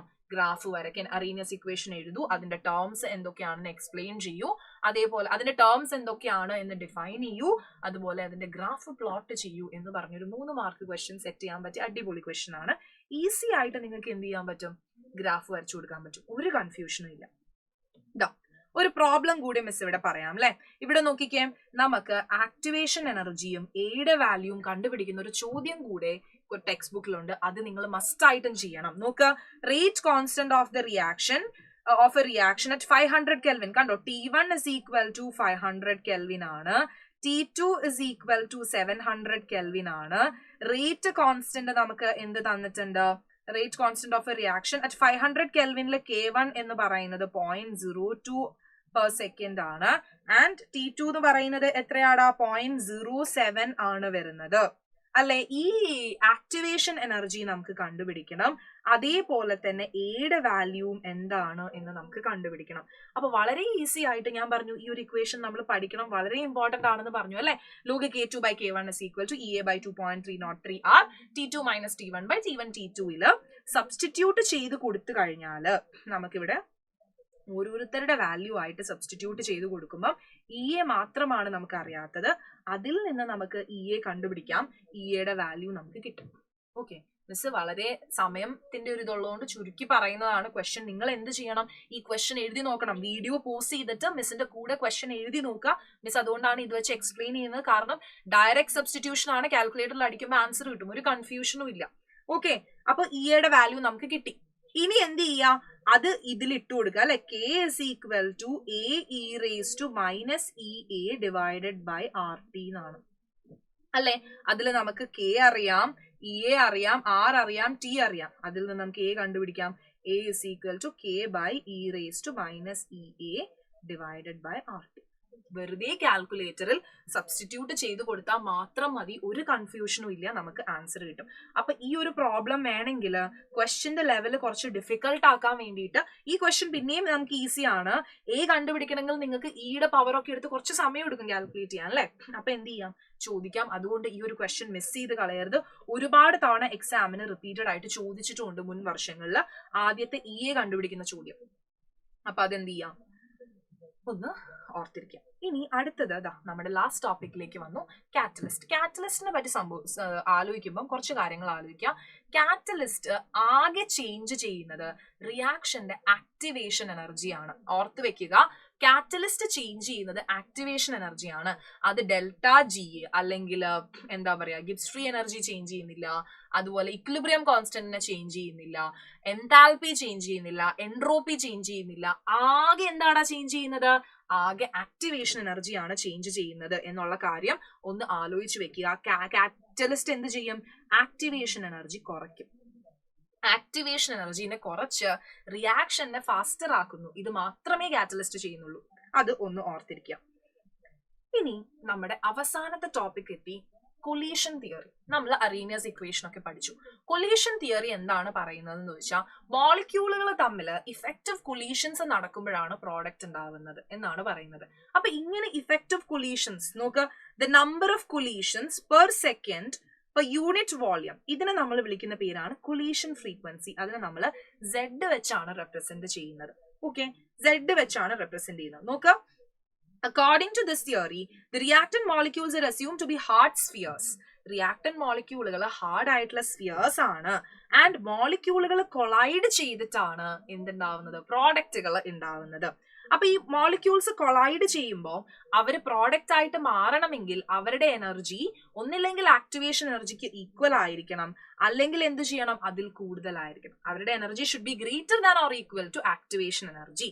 അപ്പൊ ആക്ടിവേഷൻ എനർജി ഉള്ള അല്ലെങ്കിൽ ആക്ടിവേഷൻ എനർജിനേക്കാൾ കൂടുതൽ എനർജി ഉള്ള മോളിക്യൂളുകൾ കൊളൈഡ് ചെയ്തിട്ടാണ് അവർ പ്രോഡക്റ്റ് ആയിട്ട് മാറുന്നത് എന്നാണ് കൊളീഷൻ തിയറി പറയുന്നത്. ആൻഡ് എന്താണ് ആ കൊളീഷൻ, ഒരു സെക്കൻഡിൽ പെർ യൂണിറ്റ് വോളിയത്തിൽ നടക്കുന്ന നമ്പർ ഓഫ് കൊളീഷൻസിനെയാണ് നമ്മൾ കൊളീഷന്റെ ഫ്രീക്വൻസി എന്ന് പറയുന്നത്. അപ്പൊ കൊളീഷൻ തിയറി അനുസരിച്ച് നമ്മൾ എന്ത് ചെയ്തു, റേറ്റ് ഇക്വേഷൻ ഒന്ന് മോഡിഫൈ ചെയ്ത് എഴുതി. അതും വേണമെങ്കിൽ ചോദിക്കാം. അറീനിയസ് ഇക്വേഷൻ വെച്ചിട്ടുള്ള റേറ്റ് നമ്മൾ പഠിച്ചു. ഇനിതാ കൊളീഷൻ വെച്ചിട്ട് നമ്മൾ റേറ്റിനെ ഒന്ന് മോഡിഫൈ ചെയ്യുകയാണ് എങ്കിൽ rate is equal to ZAB into e raised to minus EA by RT എന്ന് വരും. ഇതിൽ ZAB എന്താ? കൊളീഷൻ ഫ്രീക്വൻസി ആണ്. എയുടെയും ബിയുടെയും കൊളീഷൻ ഫ്രീക്വൻസി ആണ്. And E raise to minus EA by RT എന്ന് പറഞ്ഞാൽ it is the fraction of molecules with energy equal to or greater than EA. ഞാൻ പറഞ്ഞു മോളിക്യൂൾസ് തമ്മിൽ കൊളൈഡ് ചെയ്യണം അല്ലെ. അപ്പൊ കൊളൈഡ് ചെയ്യുന്ന മോളിക്യൂൾസിന്റെ എനർജി എങ്ങനെയായിരിക്കണം? ഒന്നില്ലെങ്കിൽ അത് ആക്ടിവേഷൻ എനർജിക്ക് ഈക്വൽ ആയിരിക്കണം, അല്ലെങ്കിൽ it should be greater than activation energy. അപ്പൊ ഇത് രണ്ടും, ഈ രണ്ട് ഫാക്ടേഴ്സ് നമ്മൾ അക്കൗണ്ട് ചെയ്തു. ഒന്ന് അതിന്റെ കൊളീഷൻ ഫ്രീക്വൻസിയും, രണ്ട് എന്താണ്? E raise to minus EA by RT accounts for what? എന്താണ്? Fraction of molecules whose energy is equal to or greater than activation energy. ഇത് രണ്ടും കൂടി വെച്ചിട്ടാണ് നമ്മൾ റേറ്റ് ഇക്വേഷൻ എഴുതിയിരിക്കുന്നത്. Okay set. ഇനി ഇവിടെ ഒരു ഫാക്ടറിനെയും കൂടി നമ്മൾ ഇൻട്രൊഡ്യൂസ് ചെയ്തു. അതാണ് നമ്മളുടെ പ്രോബബിലിറ്റി ഫാക്ടർ അല്ലെങ്കിൽ സ്റ്റെറിക് ഫാക്ടർ എന്ന് പറയുന്ന P. അവൻ എന്തിനെയാ റെപ്രസെന്റ് ചെയ്യുന്നതെന്ന് ചോദിച്ചു കഴിഞ്ഞാൽ അത് ഇഫക്റ്റീവ് കൊളീഷൻസിനെയാണ് എന്താണ് റെപ്രസെന്റ് ചെയ്യുന്നത്. എത്ര ഇഫക്റ്റീവ് കൊളീഷൻസ് നടന്നു, അതായത് ഇൻ ഷോർട്ട് ഞാൻ പറയുകയാണെങ്കിൽ ഒരു റിയാക്ഷന്റെ റേറ്റ് എടുത്താൽ എത്ര ഇഫക്റ്റീവ് കൊളീഷൻസ് നടക്കുന്നുണ്ട്, അത് എത്ര തവണ നടക്കുന്നുണ്ട്, അതെന്ത് വെച്ച് പറയും? നമ്മൾ കൊളീഷൻ ഫ്രീക്വൻസി വെച്ച് പറയും. അപ്പൊ P എന്ന് പറഞ്ഞാൽ ഇഫക്റ്റീവ് കൊളീഷൻസ്, ZAB എന്ന് പറഞ്ഞാൽ എന്താ? എത്ര തവണ നടക്കുന്നു അല്ലെ, frequency, collision frequency. And E raise to minus EA by RT എന്ന് പറഞ്ഞാൽ എന്താ? ഈ നടക്കുന്ന മോളിക്യൂൾസിന്റെ എനർജി ആക്ടിവേഷൻ എനർജിക്ക് ഈക്വൽ ആണോ അല്ലെങ്കിൽ ഗ്രേറ്റർ ദാൻ ആണോ അല്ലെ. അപ്പൊ ഈ മൂന്ന് ആളുകളെയും കൂടി വെച്ചിട്ടാണ് നമ്മൾ കൊളീഷൻ തിയറി വെച്ച് റേറ്റ് എഴുതി കൊടുക്കുന്നത്. ഈ ഒരു ഇക്വേഷൻ എഴുതുക. വേണമെങ്കിൽ ഈ ഇക്വേഷൻ എഴുതിയിട്ട് P എന്താണ്, ZAB എന്താണ്, E raise to minus EA by RT എന്താണ് എന്ന് ചോദിക്കും. അപ്പൊ ഇക്വേഷൻ എഴുതാനും അവരൊക്കെ എന്താണ് എന്നും പഠിച്ചു വെക്കാം. അത്രയേ ഉള്ളൂ. അപ്പൊ ഇവിടെ നോക്കുക, ഇഫക്റ്റീവ് കൊളീഷൻസ് നടക്കണമെങ്കിൽ അവരുടെ ആക്ടിവേഷൻ എനർജിയും പ്രോപ്പർ ഓറിയന്റേഷനും ഇമ്പോർട്ടന്റ് ആണ് എന്നുള്ളൊരു കാര്യം കൂടി പഠിച്ചാൽ നമ്മുടെ ചാപ്റ്റർ തീർന്നു. ആക്ടിവേഷൻ എനർജിയുടെ കാര്യം നമ്മൾ ഓൾറെഡി പറഞ്ഞു അല്ലെ. ആക്ടിവേഷൻ എനർജി, കൊളൈഡ് ചെയ്യുന്ന മോളിക്യൂൾസിന്റെ എനർജി ആക്ടിവേഷൻ എനർജിക്ക് ഈക്വൽ ആവുകയോ അതിൽ കൂടുതലാവുകയോ വേണം. ഇനി പ്രോപ്പർ ഓറിയന്റേഷൻ എന്ന് പറഞ്ഞാൽ എന്താണ് മിസ് എന്ന് ചോദിച്ചാൽ, ഇവിടെ ഈ റിയാക്ഷൻ എടുക്കുകയാണ്, CH3Br നമ്മൾ OH- വരുവാണ്. അപ്പൊ ഇവിടെ വരുന്ന സമയത്ത് ആദ്യത്തെ കേസിൽ നോക്കിക്കേ, ഇവിടെ രണ്ട് നെഗറ്റീവ്സ് അടുത്തടുത്ത് വന്ന് ഇവർ റിപ്പൽ ചെയ്ത് പോയി, ഇവർ പ്രോഡക്റ്റ് ഒന്നും ഉണ്ടാവത്തില്ല. പക്ഷെ പ്രോപ്പർ ഓറിയന്റേഷനിൽ ഒരു പോസിറ്റീവിന്റെ ഒരു നെഗറ്റീവിന്റെ അടുത്തേക്ക് വന്ന് പ്രോപ്പർലി ഇവർ ഓറിയന്റ് ചെയ്ത് ഇവർ പ്രോപ്പർ ആയിട്ട് നല്ല വൃത്തിക്ക് ഓറിയന്റ് ചെയ്ത് OH- വരുന്ന സമയത്ത് ഒരു ഇന്റർമീഡിയറ്റ് കോംപ്ലക്സ് ഫോം ചെയ്ത് കണ്ടോ, ഇപ്പുറത്ത് വന്ന് ഇവരെന്ത് ചെയ്തു? കറക്റ്റ് ആയിട്ട് പ്രോഡക്റ്റ് ഫോം ചെയ്തു. അപ്പൊ ഓറിയന്റേഷൻ ചുമ്മാ വന്ന് കൂട്ടി ഇടിച്ചിട്ട് കാര്യമില്ല. പ്രോപ്പർ ഓറിയന്റേഷൻ ഉള്ള, ആക്ടിവേഷൻ എനർജീന്റെ ഈക്വൽ ആയിട്ടുള്ള അല്ലെങ്കിൽ അതിൽ കൂടുതലുള്ള എനർജിയുള്ള മോളിക്യൂൾസ് വന്ന് കൊളൈഡ് ചെയ്യുമ്പോഴാണ് ഇഫക്റ്റീവ് കൊളീഷൻസ് നടക്കുന്നത്. അങ്ങനെയാണ് പ്രോഡക്റ്റ് ഉണ്ടാവുന്നത് എന്നാണ് കൊളീഷൻ തിയറി പറയുന്നത്. അതിനനുസരിച്ചുള്ള റേറ്റ് ഇക്വേഷനും എന്ത് പറയുന്നുണ്ട്. ഓക്കെ, അപ്പം നമ്മൾ ത്രൂ ഔട്ട് അല്ലെ, നമ്മൾ കെമിക്കൽ കൈനറ്റിക്സ് എന്നുള്ള ചാപ്റ്ററും പഠിച്ചു. അതിൽ നിന്ന് വരുന്ന പ്രീവിയസ് ഇയർ ക്വസ്റ്റ്യൻസും ന്യൂമറിക്കൽസും ഒക്കെ പഠിച്ചു. അപ്പൊ നമ്മൾ നോക്കുകയാണ് എങ്കിൽ അല്ലെ, നമ്മൾ എന്തൊക്കെ പഠിച്ചു? റേറ്റ് ഓഫ് റിയാക്ഷൻ പഠിച്ചു, അതുപോലെ ഇന്റഗ്രേറ്റഡ് റേറ്റ് ഇക്വേഷൻ പഠിച്ചു, അതുപോലെ അറീനിയസ് ഇക്വേഷൻ പഠിച്ചു, കെമിക്കൽ കൊളീഷൻ തിയറി പഠിച്ചു അല്ലെ. അപ്പൊ ഇത്രയും കാര്യങ്ങൾ നമ്മൾ പഠിച്ചിട്ടുണ്ട്. T½ ഡെറിവേഷൻ ആണ് ഈ ചാപ്റ്ററിൽ നിന്ന് ചോദിക്കുന്നത്. അപ്പൊ എന്ത് ചെയ്യാം, നമുക്ക് നമ്മളുടെ ക്ലാസ് വൈൻഡ് അപ്പ് ചെയ്യാം. അപ്പൊ നിങ്ങൾ എന്ത് ചെയ്യണം, ഇനി അടുത്തത് ഏത് ചാപ്റ്റർ ആണ് നിങ്ങൾക്ക് പഠിക്കാൻ വേണ്ടത് എന്നുള്ളത് എന്ത് ചെയ്യുക, ഈ വീഡിയോയുടെ അടിയിൽ കമന്റ് ചെയ്യുക. ഏത് ചാപ്റ്ററിന്റെ വൺ ഷോട്ട് റിവിഷനും ആയിട്ടാണ് മിസ് വരേണ്ടത് എന്നുള്ള കാര്യം ഈ വീഡിയോയുടെ അടിയിൽ വന്നിട്ട് കമന്റ് ചെയ്യാം. നമുക്ക് അടുത്ത ക്ലാസ്സിൽ കാണാം. അതേപോലെ കെമിക്കൽ കൈനറ്റിക്സ് ചെയ്യുമ്പോൾ ന്യൂമറിക്കൽസ് നിങ്ങൾ സ്വയം ചെയ്ത് പഠിക്കാം. മിസ് ചെയ്യുന്നത് വെറുതെ നോക്കിയിരുന്നിട്ട് കാര്യമില്ല, നിങ്ങൾ സ്വയം ചെയ്ത് പഠിക്കാം. All the best everyone.